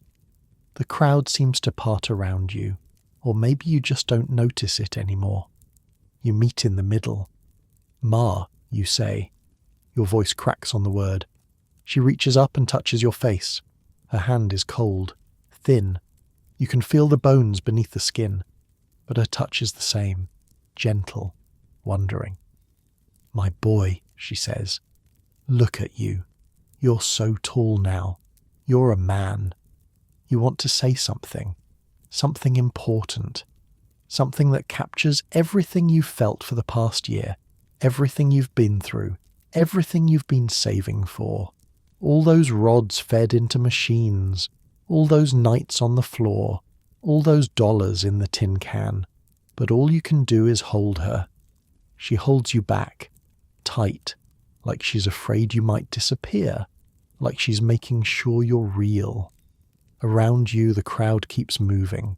The city keeps churning.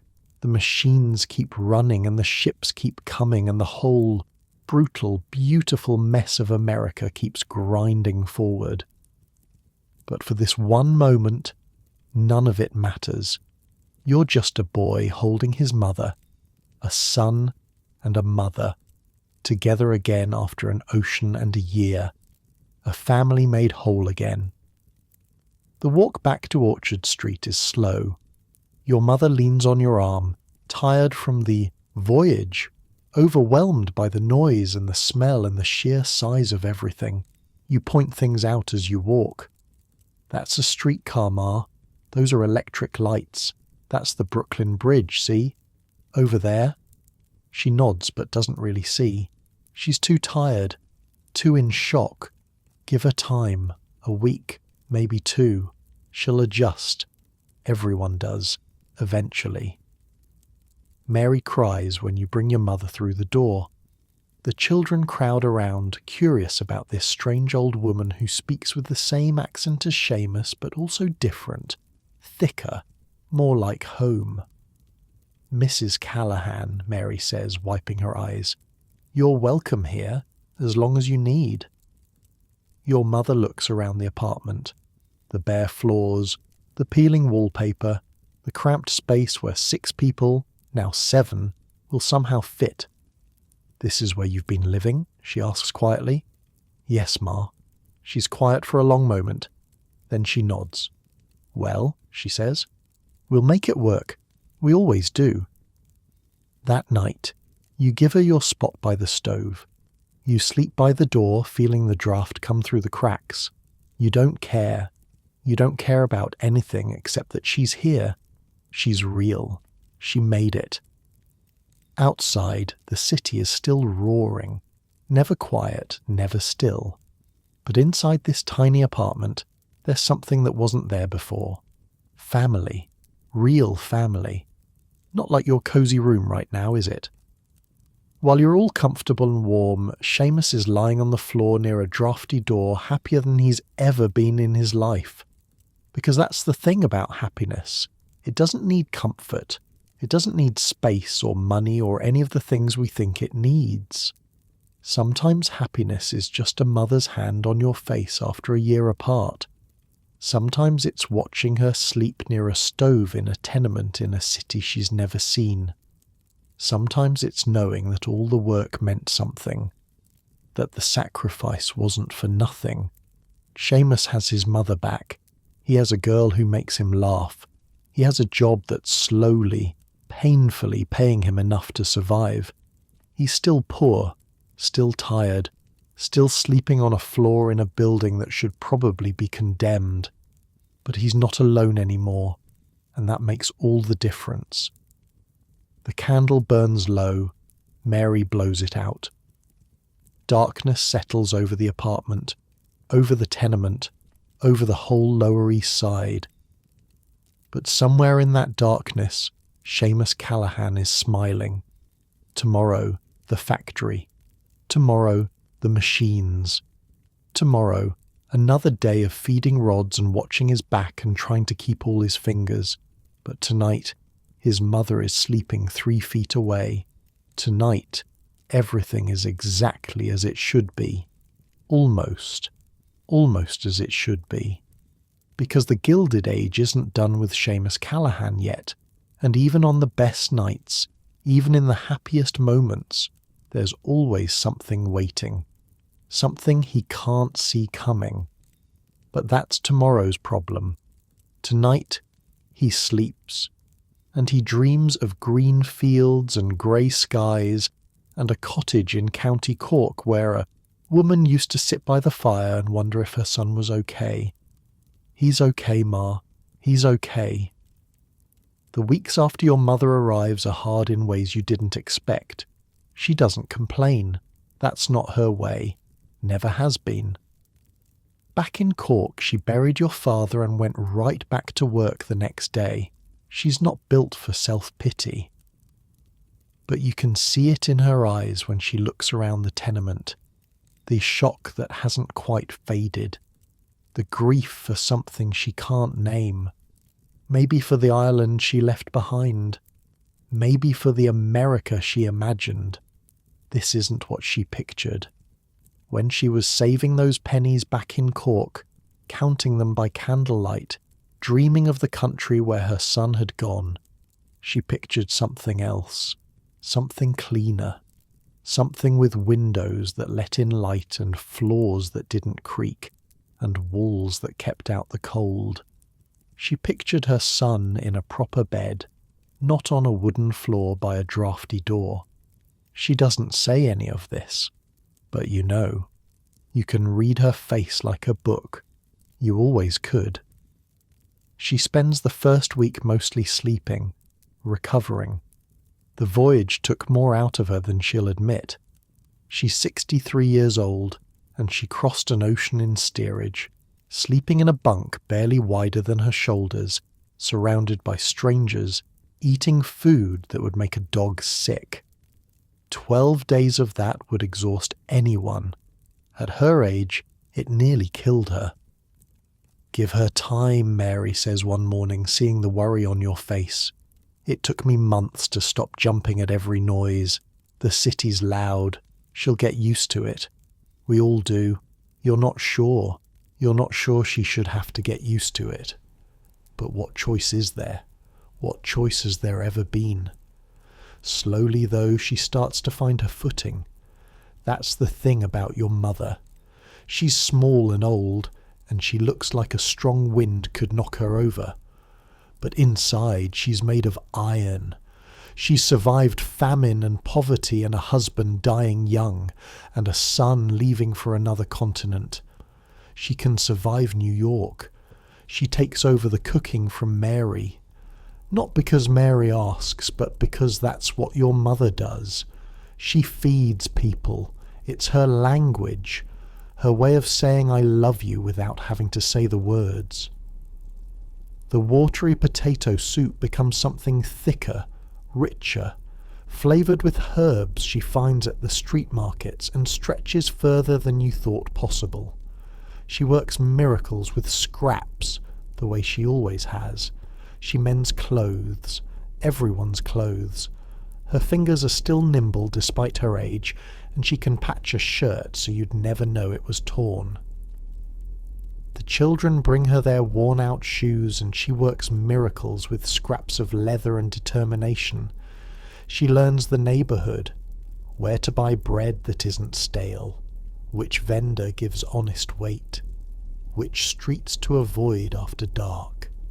She makes friends with the Italian woman downstairs and the Jewish family across the hall, communicating in a language that's mostly gestures and smiles. She goes to Mass every morning. St. Patrick's on Mulberry Street, walking there before dawn and back again before you leave for work. She lights candles for your father, for Patrick, for everyone she left behind and everyone she's found. One Sunday in October, you bring Bridget to meet her. You've been nervous about this for weeks. Your mother has opinions, strong opinions, and she's not shy about sharing them. But Bridget walks into that apartment like she owns it, shakes your mother's hand, looks her in the eye and says, "Mrs. Callahan, your son talks about you constantly. I feel like I already know you." Your mother studies her. That same weighing look she used to give the merchants in Cork when she thought they were cheating her. "Galway," she says finally. "I can hear it." "Yes, ma'am. Good people in Galway. Hard people." Your mother nods slowly. "Sit down, girl. Tell me about your family." Bridget sits. She talks. Your mother listens, asks questions, nods at the answers.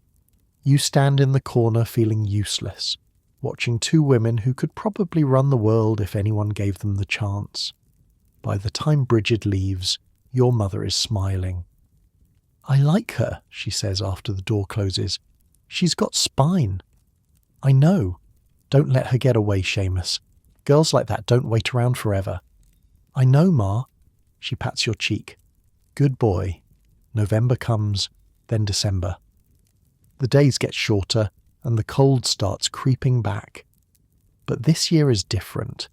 This year, the apartment has your mother in it, stirring soup and mending shirts and humming old songs from home. This year, there's someone waiting when you come home from the factory, someone who looks up and smiles and asks about your day. This year, you're not alone. On Christmas Eve, something happens that you'll remember for the rest of your life. Mr. Flannery comes by the building.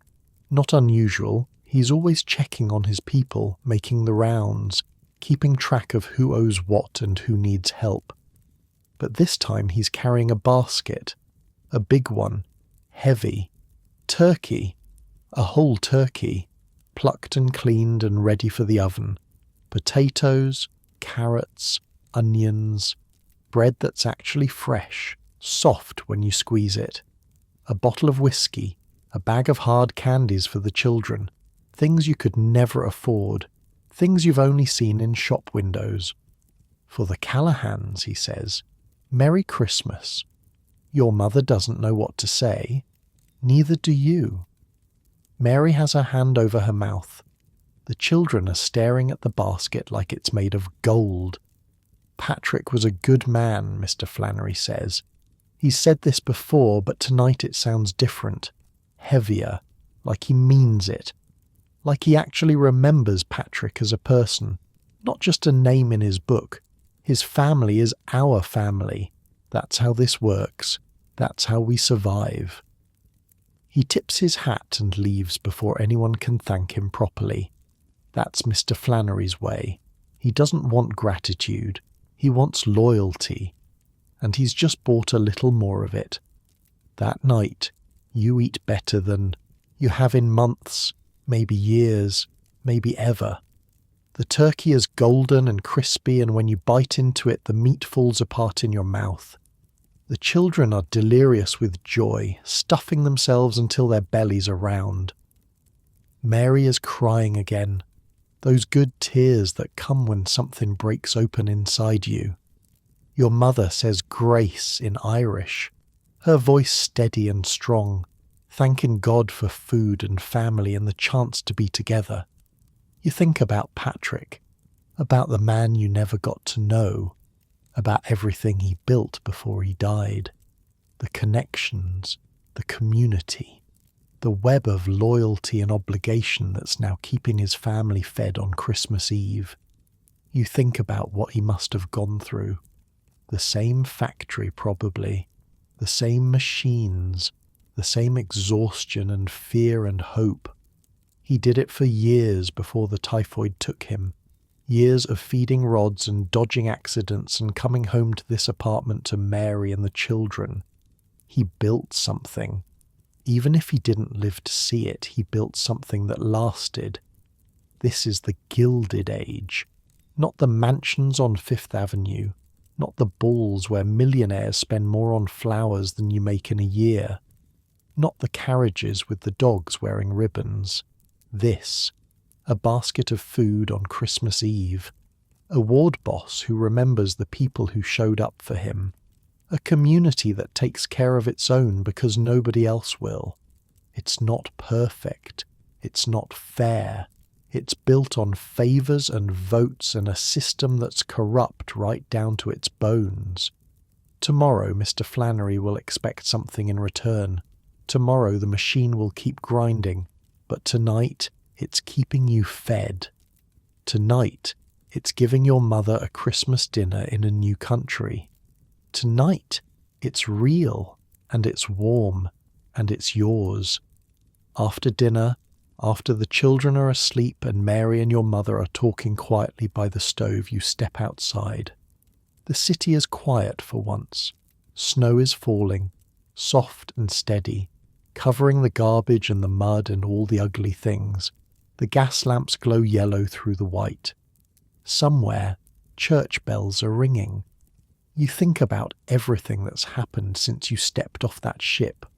The fear, the confusion, Castle Garden and the dead horse in the street and the tenement that smelled like despair, the factory, the machines, Tommy with his missing finger, the man who lost his hand, the heat and the noise and the rhythm that got into your bones, the cold that killed O'Brien, the electric lights on Broadway, the Brooklyn Bridge stretching toward the sky, the parade, Murphy's dance hall, Bridget O'Connor and her sea-coloured eyes, your mother's face in the crowd at Castle Garden, the way she touched your cheek and called you a man.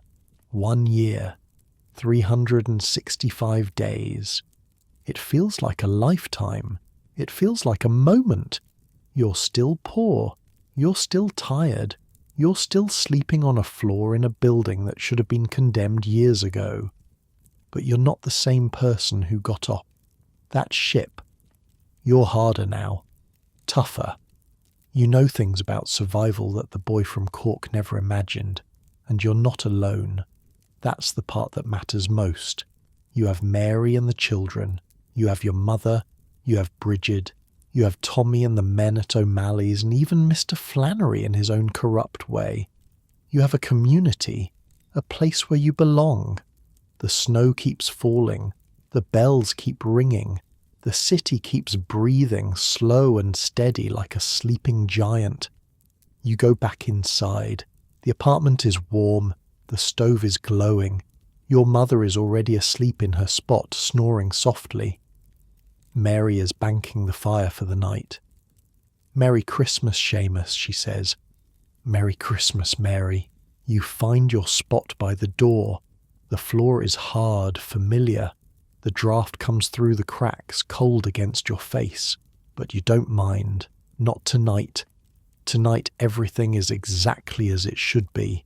Tomorrow will bring more work, more struggle, more of the endless fight to survive in a city that doesn't care if you live or die. There will be more accidents at the factory, more friends lost to machines and disease and poverty, more battles between workers and bosses, between the people who have everything and the people who have nothing. The Gilded Age isn't over, it's barely begun. But that's tomorrow. Tonight, on this Christmas Eve in 1887, Seamus Callahan closes his eyes and lets himself rest. He thinks about Bridget, about asking her to marry him someday, about the life they might build together, about children of their own, born American, born free, born into a world that's slowly, painfully getting better. He thinks about his mother, about how she sold eggs and mended clothes for 2 years just to give him a chance, about how she crossed an ocean at 63 because her son sent for her, about how she's sleeping peacefully 3 feet away, finally warm, finally safe. He thinks about Patrick, about all the Patricks, all the Seamuses and Marys and Bridgets, all the people who came to this country with nothing but hope, who worked themselves into early graves, who never saw the future they were building but built it anyway. Millions of them, pouring off ships for decades, filling the tenements and the factories and the streets, building the bridges and the railroads and the buildings that rich men would put their names on. Their sacrifices weren't for nothing, can't be for nothing. Every nail Seamus makes becomes part of something larger. Every dollar he saves, every vote he casts, every time he shows up at a union meeting or a parade or a Sunday dinner with Bridget's family, he's adding one more brick to a wall that will take generations to finish. He doesn't know that yet. Not really. He's too tired to see the big picture. Too focused on tomorrow's shift and next month's rent and whether he can save enough to marry Bridget before another year goes by. But someday, someone will look back at all of this, at the tenements, and the factories and the 12-hour days, at the children working machines and the men dying for pennies, at the whole bloody, brutal, beautiful mess of the Gilded Age, and they'll understand. This is how it started. This is how it always starts, with people at the bottom fighting for something better, with communities coming together because they have to, with small victories that add up, over decades, over generations, into something that looks almost like progress. The Gilded Age will end, the reforms will come, the unions will grow stronger, the children will go to school instead of factories, the days will get shorter, and the wages will get higher, and the tenements will eventually come down. Someday, people will work 8 hours instead of 12. They'll have weekends, they'll have safety regulations and minimum wages, and the right to organise without being beaten by Pinkertons. Seamus won't live to see all of it. Nobody does. Change is too slow for any one lifetime, but it will happen, because people like him made it happen. One day at a time, one fight at a time, one saved dollar and one union vote and one St. Patrick's Day parade at a time. That's how the world changes, not with speeches from politicians or decisions from judges, with ordinary people refusing to give up. The candle flickers one last time. Mary blows it out. Darkness settles over the apartment, over Orchard Street, over the whole Lower East Side with its million stories, its million struggles, its million dreams. But it's a gentle darkness now, a peaceful darkness, the kind that feels like rest. Seamus Callahan lets his breathing slow, lets his muscles relax, lets the sounds of the city fade into something like silence. And maybe, wherever you are right now, you can let yourself do the same. Let your eyes close if they haven't already. Let your body sink into whatever softness is holding you. Let the story fade and the sleep come, soft and steady like snow falling on a quiet street. You're warm. You're safe. You're exactly where you need to be. Unlike Seamus on his wooden floor, you've got a real bed, a real pillow, heat that doesn't require feeding coal every few hours. You've got all the things that people like Seamus spent their whole lives fighting for, all the small comforts that used to be luxuries, all the progress that was paid for in sweat and blood and sacrifice. That's worth remembering. That's worth being grateful for. But not tonight. Tonight isn't for thinking. Tonight is for sleeping. So let yourself drift. Let the story settle into your bones like warmth. Let Seamus and Bridget and Mary and all the rest of them fade into dreams. They made it through. They always made it through. And so will you. The night is quiet now. The city is sleeping. Somewhere snow is falling on empty streets, covering everything in white. Rest now. You've earned it. Tomorrow will come soon enough, with its own challenges, its own battles, its own small victories. But that's tomorrow. Tonight you sleep, and maybe, just maybe, you dream of a world that's a little bit better than the one you woke up in. That's all any of us can do. That's all any of us have ever done. Good night.